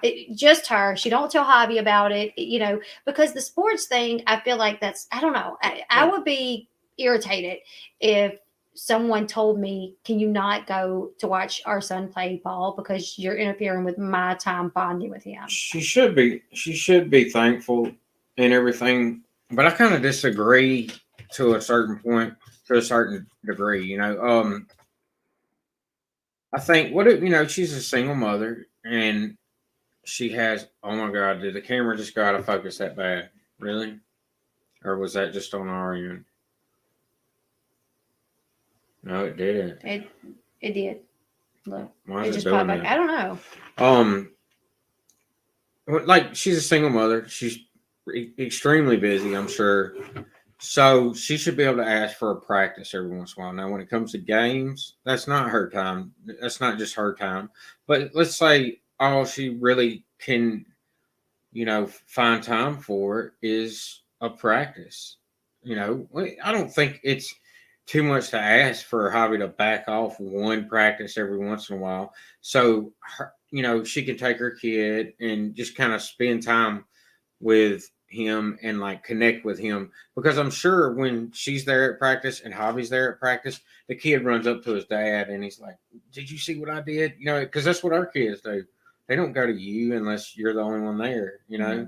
Like Eli's coming to me and he's like, "Did you see that? Did you see that?" Mm-hmm. So I don't think it's too much to ask for if she's living a busy life, but it would have to be an every once in a while thing. It would have to be reasonable.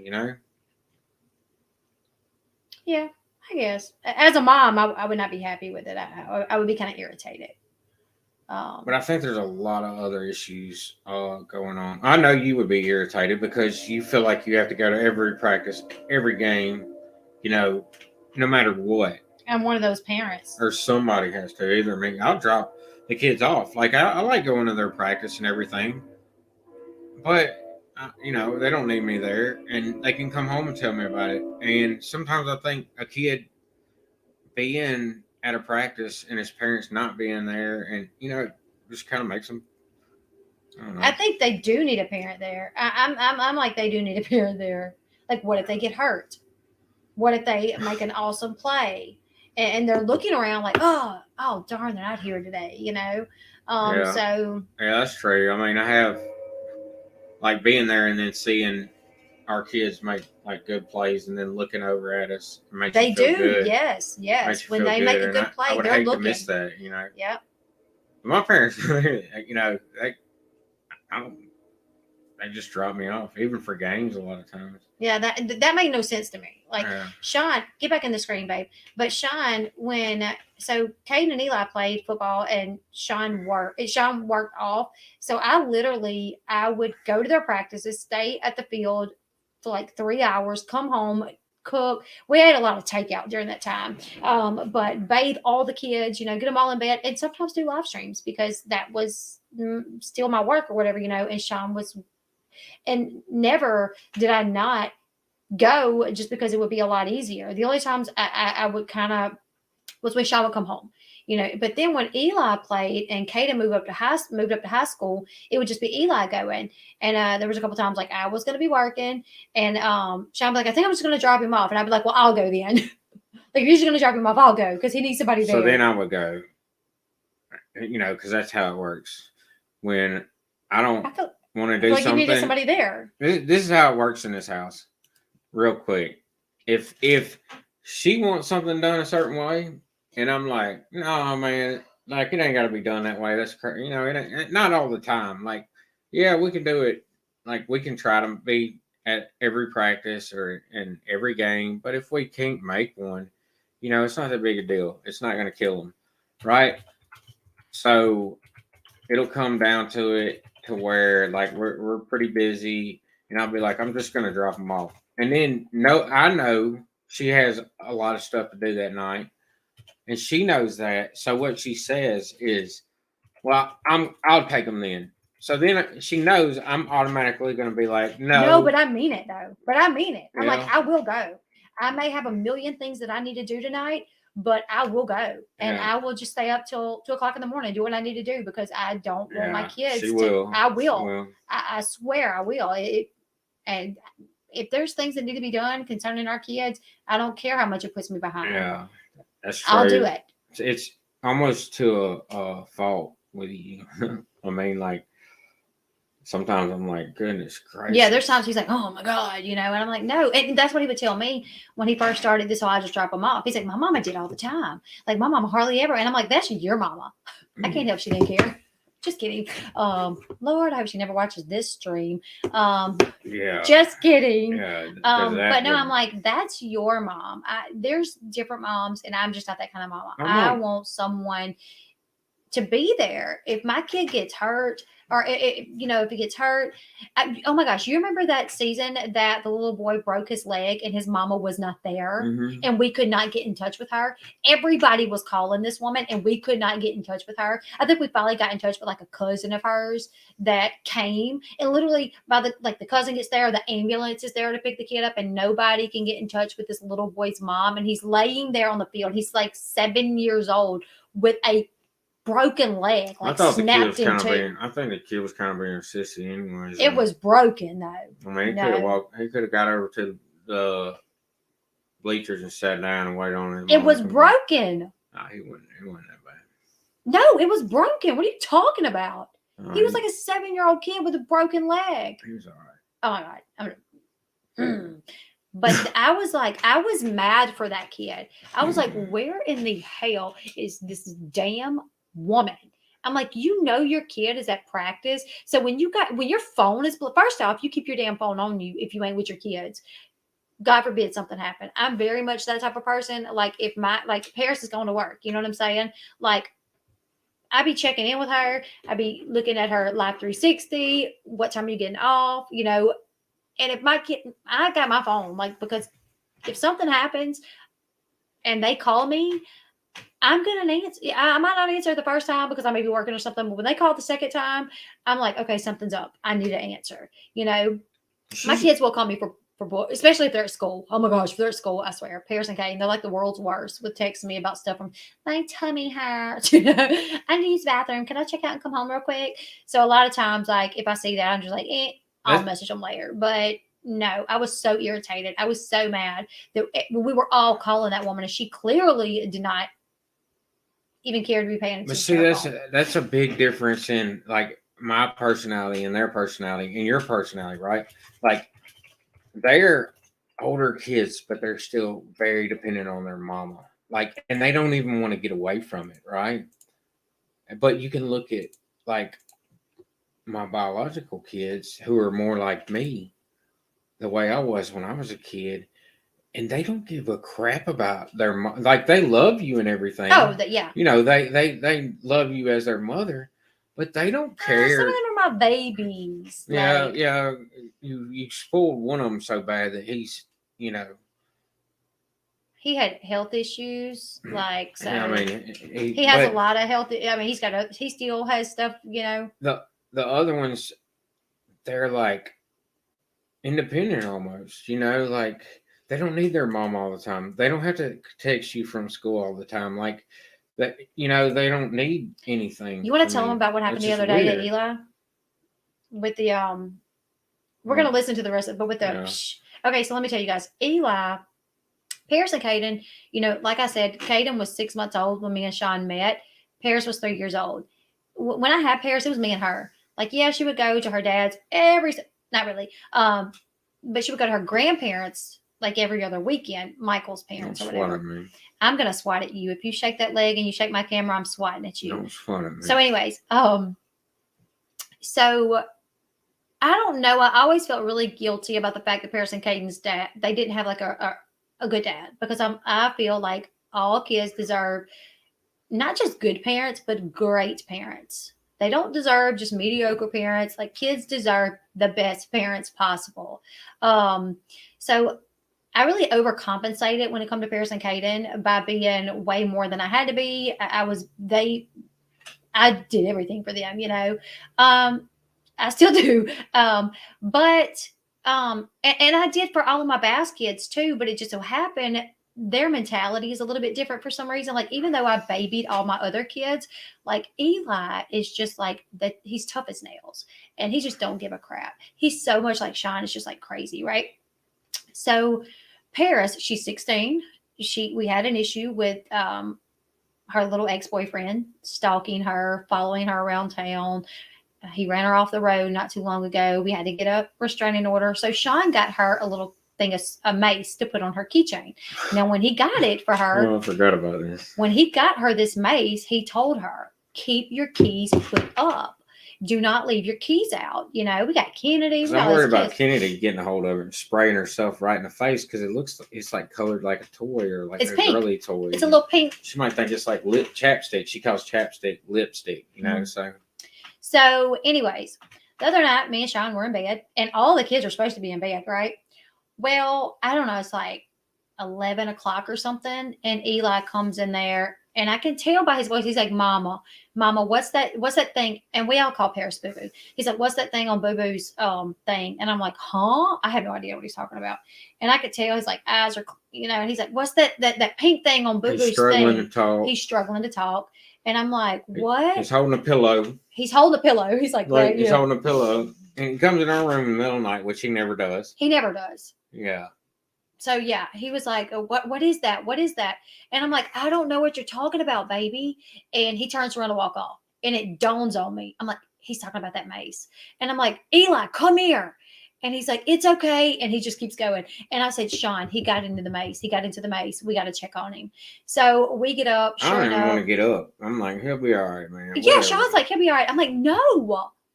He got, like, clearly he got into the maze. Like, like, he'll no. figure it out. So we get up, and at this point, he's just like standing in the dining room's eyes, like, and he's holding on to this pillow. And I'm like, and I grab it. I'm like, are you talking about this? And he's like, yeah, what is that? And I'm like, that is mace. And I'm like, please tell me you didn't spray it in your eyes. He's like, no, I didn't spray it in my eyes. He's like, and I'm like, what did you think it was? He's like, I thought it was Boo Boo's asthma pump. And I'm like, did you spray it in your mouth? And he's like, no, I was just messing with it, and I sprayed it on my chest. But it's that's kind why of he's burning. holding a pillow. He had like a whole, he had a white shirt, and he had like a whole stream of pepper spray. And I'm like, oh my God. I feel so terrible. I'm like, my heart is just hurting for him, But Eli is so tough. I mean, a few minutes later, he's in there playing his computer. He's supposed to be in bed. Yeah. And I walk in there, I'm like, are you okay? But he's like, yeah, it just burns a little. And he's still like, his eyes are like red. And he's just like, he's holding his eyes all crazy. And he's like, it just hurts just a little. Yeah. And I'm like, are you sure? He's like, yeah, I'm sure. But he didn't even want to tell us. Like, he came in there to try to figure out what it was. But I was like, I don't know what you're talking about. He's like, never mind. And just walks out. And I'm like, oh my God, he got into the maze. He was just going to go deal with it, And he was. That's the him. Way. Yeah, that's the way I always was. Like, that's the way I always was. I mean, like, I didn't want my parents to even know what I was getting in, because I was always getting into something, like, I didn't want to get in trouble. I didn't know if I was supposed to be messing with it or not, So, but Eli, I was like half irritated and half laughing at that point, I texted him that night when I went back to bed. I was like, buddy, I don't care if you think you're going to get in trouble because you messed with something you wasn't supposed to mess with. You come tell me. Like, you come tell me, And He's like, yes, ma'am. And I'm like, I love you, man. He didn't text back. He's so just like he's not an emotional type of person. He's very, like all my other kids, like Bobby gives me a hug like every day. Like every morning, weekend, like he comes in there to specifically give me a hug. Like all my other kids are very like, but Eli's just like, he's hardcore. It's wild. He's so much like Sean. Anyways, I probably need to get back to listening to it. But somebody said something the other day earlier about how do we afford phones for all of our kids. Yeah, it doesn't really. I mean, it takes on like $20 extra.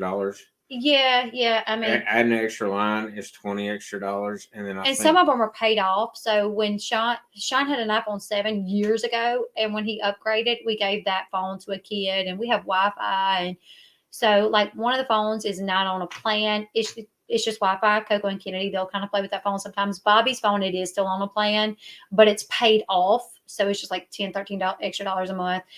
Paris's phone, my mama actually got her that phone. So she's actually on my mom's plan. Phones for kids is an absolute must with me. Like I know a lot of people don't feel that way, but I want my kids to have a phone and their location is turned on. And if, God forbid, one of my kids gets snatched up or something, I want a way of tracking them, at least, until the phone dies or whatever, somebody finds it and throws it out. I just want a way of being able to track their last location, Yeah. To me, that's more important than anything. Yeah. All right, we'll go ahead and we'll listen to some more. Point. If he has 3 practices in a week, maybe show up for 1 on my week. The other 2, let me have with Lincoln. Because I do pay someone to watch my other kids so that I can go be with Lincoln. Like, if he has 4 practices on my week, maybe show up to 2 of them and let me have the other 2. I feel like that's a compromise. I feel like that's more than fair. I feel like I understand. Like, trust me, I had to go through therapy to be able to come to you and say, I can no longer come to Lincoln's practices on your weeks. And that killed me, not because of you, but because of him and because of the bond that y'all have. That's kind of backwards. You could respect that. That's kind of backwards, her saying that. Oh, we keep getting crazy. I'm going to have to stop moving so much. But that is kind of crazy. Like, I could understand her struggling to accept the fact that she can't go to his practices when it's Javi's time.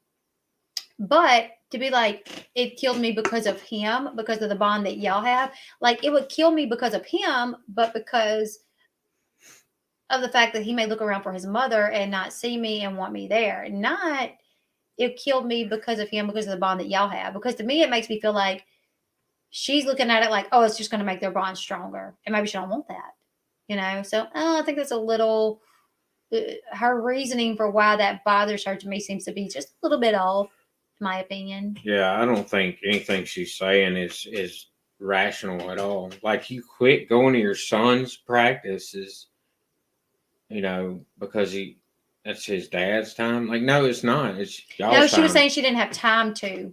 So she goes to the practices when it's her weeks, but she had this. She physically. No, she was saying she physically couldn't attend all his practices on Javi's week, and that bothered her.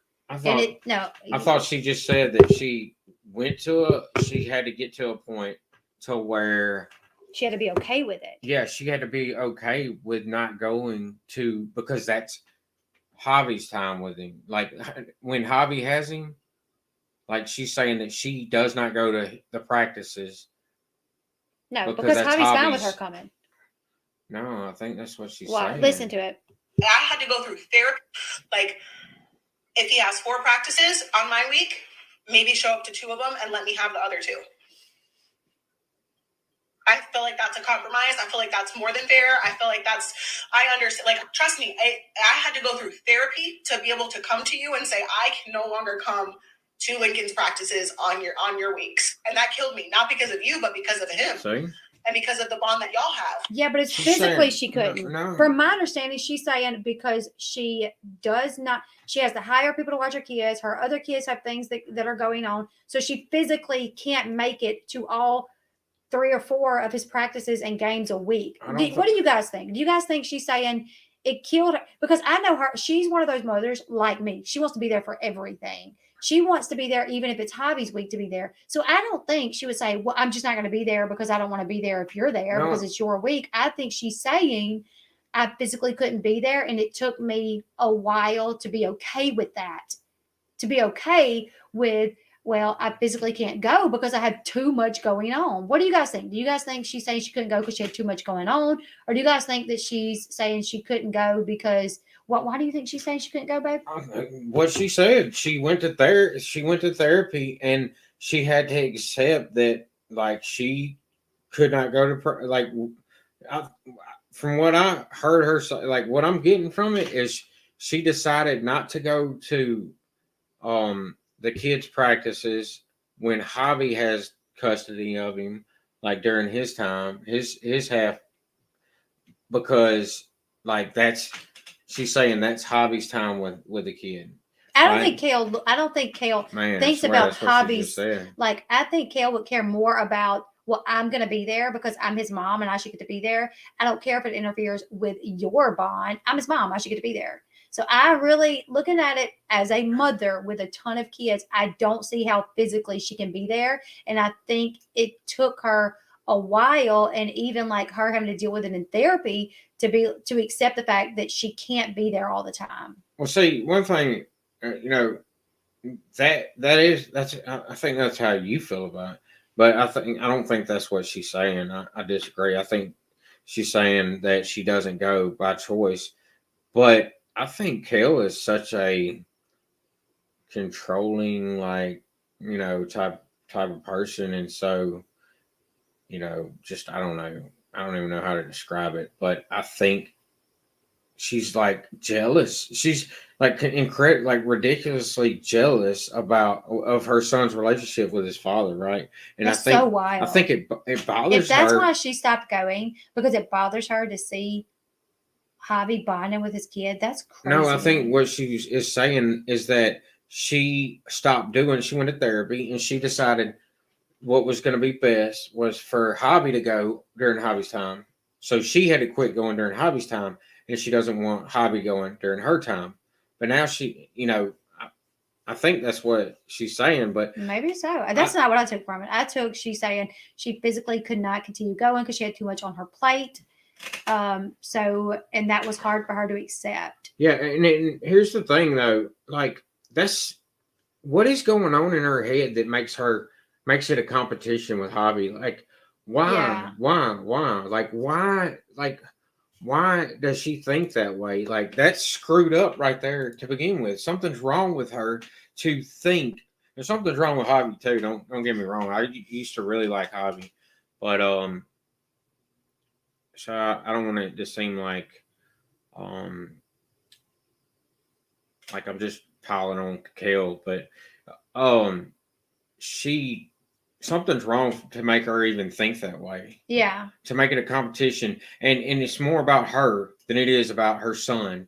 That's all I hear. This whole podcast is me, not my son. What's best for my son. It's what's best for me, right? Right. That's not what being a mother is like, or being a parent. Being a parent is about your, you know, putting your kid first, not your emotions. And that's, I mean, honestly, that's the type of mother that will ruin kids. Yeah. Is putting their emotions and their feelings over what's best for the kid. Yeah. Right? Yeah. Parents that don't discipline their kid, they try to be best friends with them. They put their feelings, you know, over what's best for their kid constantly. I wish this freaking camera would stop doing this. I know. Let me see what time it is because Boo Boo should be home. All right. I think she just pulled up. All right, we're gonna listen for a little bit longer, but we're not even halfway through. Yeah, let's try to get through this. We're not gonna make it through all of it tonight, so I'll probably do another live tomorrow to listen to the rest of it. So we're gonna go ahead and we're gonna listen. We're gonna get to 25 minutes. We're gonna listen for another 3 minutes or so, commentate on it, and then we'll go ahead because we've been on for an hour and 45 minutes. Paris is getting off work. We're gonna listen for a few more minutes and then we'll finish it tomorrow. Yeah, we're terrible. Terrible. I just wish that you could respect that and see it for what it is, and stop like attacking me as a person and degrading me. What do you think about her proposal about the not going to Lakers practices on her weeks? How do you feel about that? Honestly, it's not good. How do you feel? Not good. I don't. If I'm physically in the area and I can be there, why not? When I don't have the kid, I don't have Eli at the same time. So if I don't have my kids, I have. What else am I doing? I have nothing to do. Why can't I be there? Why can't I be there for my son? The sports is what we do. That's what I do. Right, but I'm unable to properly bond with him on my time because you are around. And furthermore, it's not healthy at this point. It's not healthy. I mean, we went to Carlos. You weren't there. We went to DC this weekend. Mm-hmm.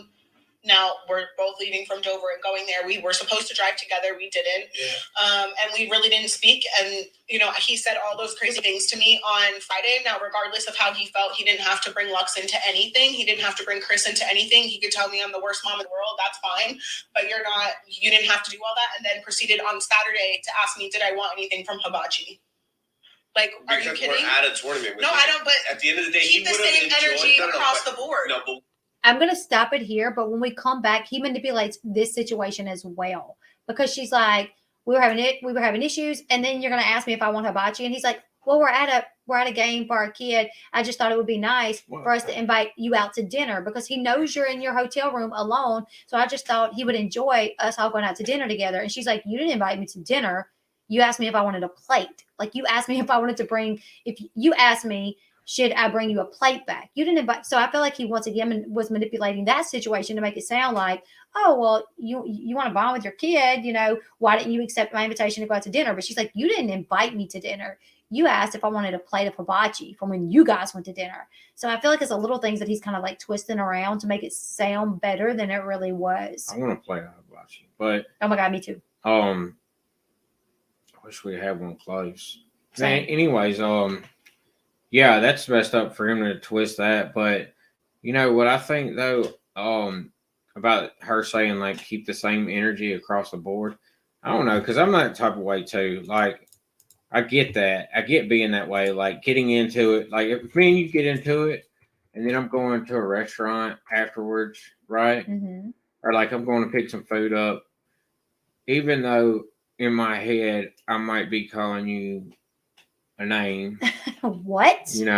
I'm still gonna call you and be like, or text you and be like, hey, you want something from, some hibachi or whatever.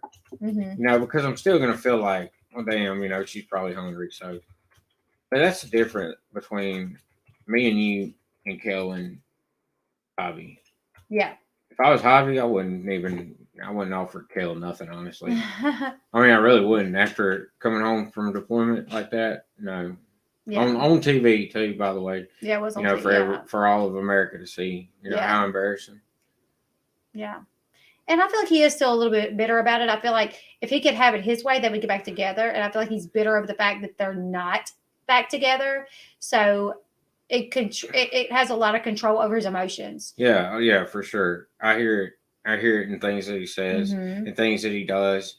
Because I'm like, I would probably say that too, if to Nitnit, if she hurt me like that. Yeah. Like I'm not your dude anymore. Like I would probably say that a lot. We already made an agreement though. You'll always be my dude. Even if you're not my dude, you're my dude. Okay, we're gonna go ahead and we're gonna shut it down because I don't know why, but our camera is getting worse by the second. I think it's the light though. I think if we turn the lights on, it's getting worse by the second, and we've been on for an hour and 52 minutes. You can turn that one on and maybe it'll quit. Maybe it'll quit while I say goodbye.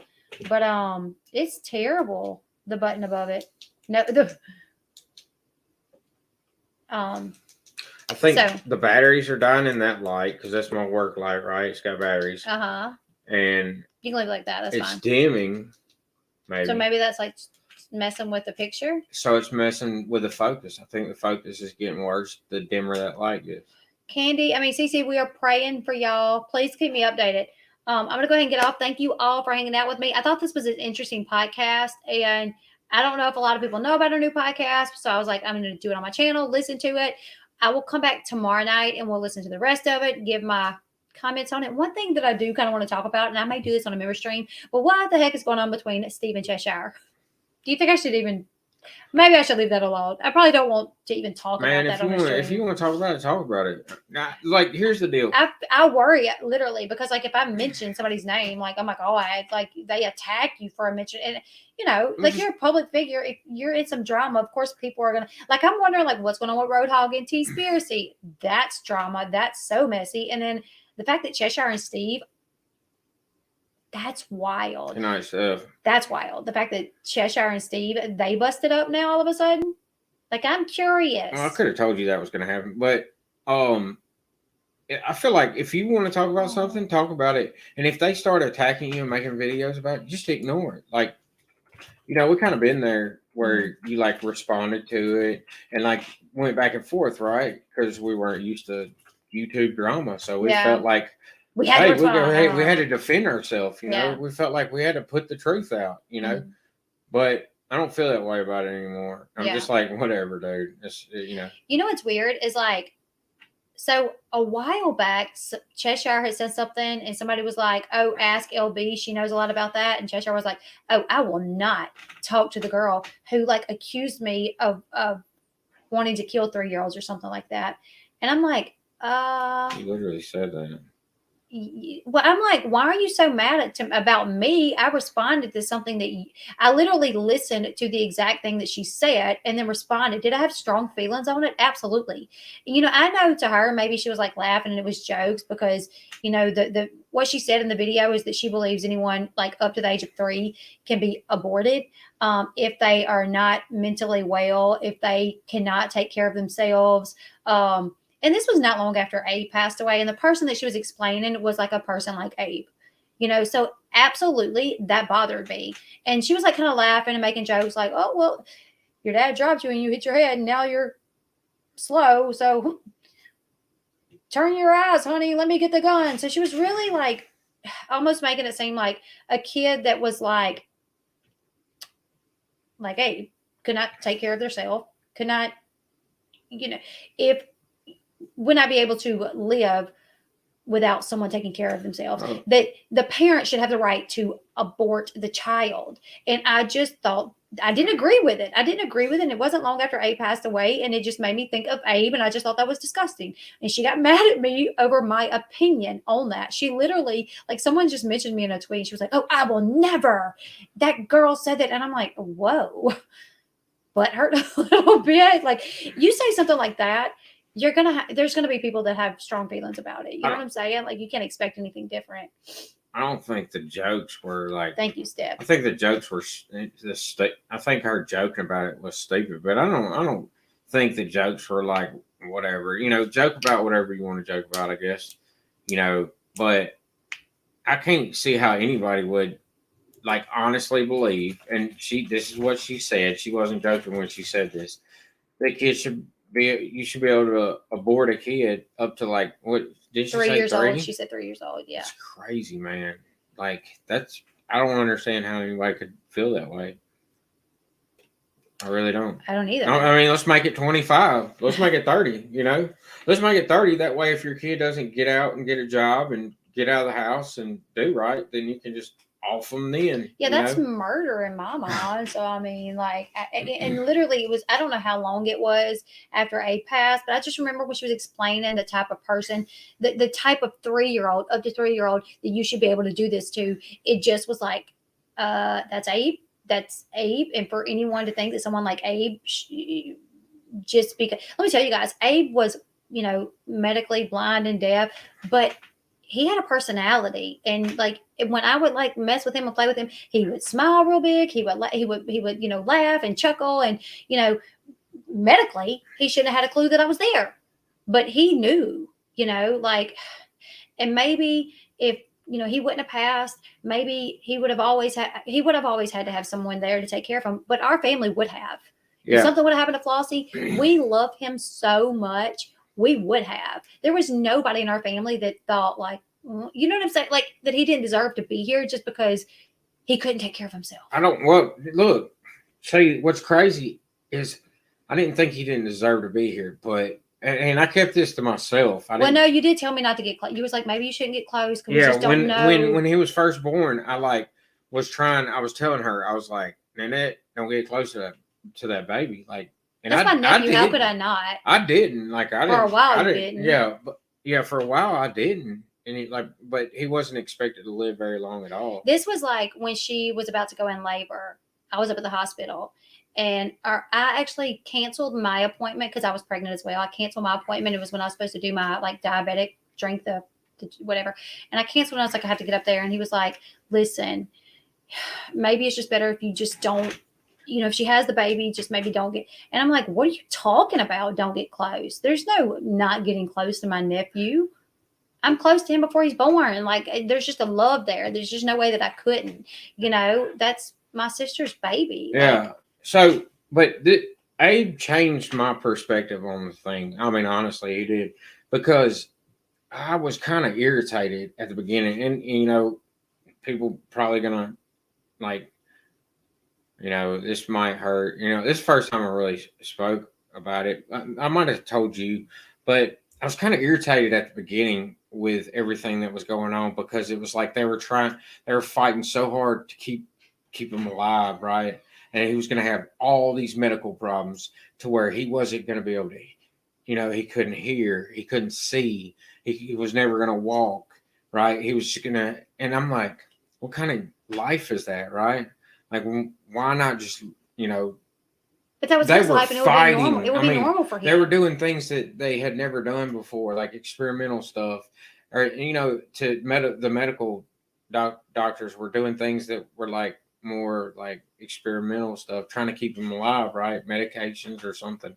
I don't know. I don't remember everything that was going on, but I remember kind of being like irritated, like kind of feeling like, man, like, what are y'all doing? Why are y'all keeping that baby here? And that angered me at Sean, like, because he expressed that to me, and I was like, what is wrong with you? Yeah, I felt like, why are y'all trying to keep that baby here? Like, for y'all or for him? Well, yes, for us. But honestly, yeah, and for him, because I think he was fine. Like, I don't know, he just laughed and chuckled. No, I agree now. I totally agree now. After he was here, that was normal. That was his like, he was normal because he never knew anything different.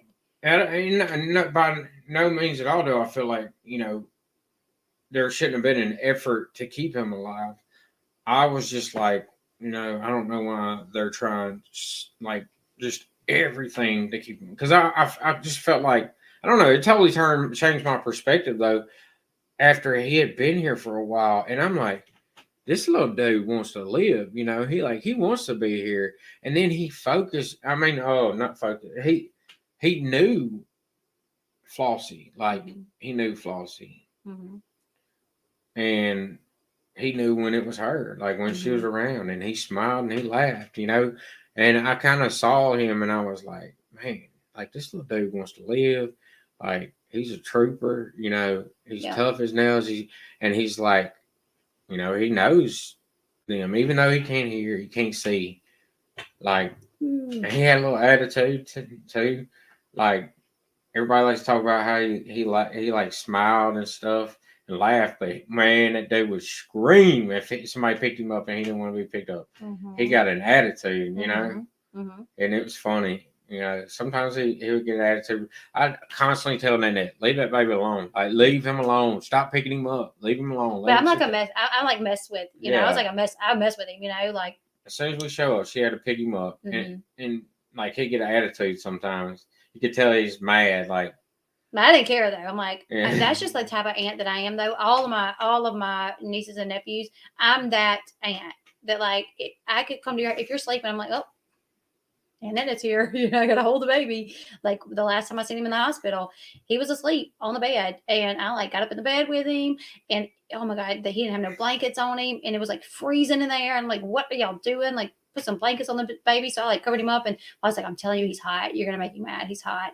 Sure enough, he like got mad, and then like the doctor come in there and was like, who covered that baby up? Y'all know he don't like to be. And I'm like, no, his little legs are cold. But no, it didn't matter that he felt cold. He did not want to be covered up. Like, he had a personality. Yeah, he did. And you would be surprised at like the ways that it comes out, because you think like, he can't hear, he can't see, he can't talk, he can't walk. Like, how's his personality going to come out? But it does.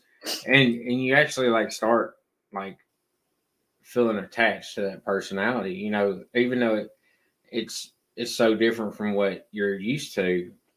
So it's crazy. It totally changed my perspective on it. I mean, honestly, because I was like, dude, I don't know. I just didn't. I disagreed with it to a certain degree. You know, I was like, man, But you didn't think that after they get here that you should be able to abort him. No. Yeah, that. No, I thought there should be, a good attempt Mhm. to keep him alive. You know, no doubt. You know, that's your responsibility. You know, but I mean, I think the one that was keeping Abe here was Abe. Honestly, I mean, Abe was a little trooper. He was. You know, he was tough, dude. I mean, there was many times I was like, I honestly thought like he ain't got long left. He was in and out of the hospital a lot, you know, and he wasn't supposed to live long at all.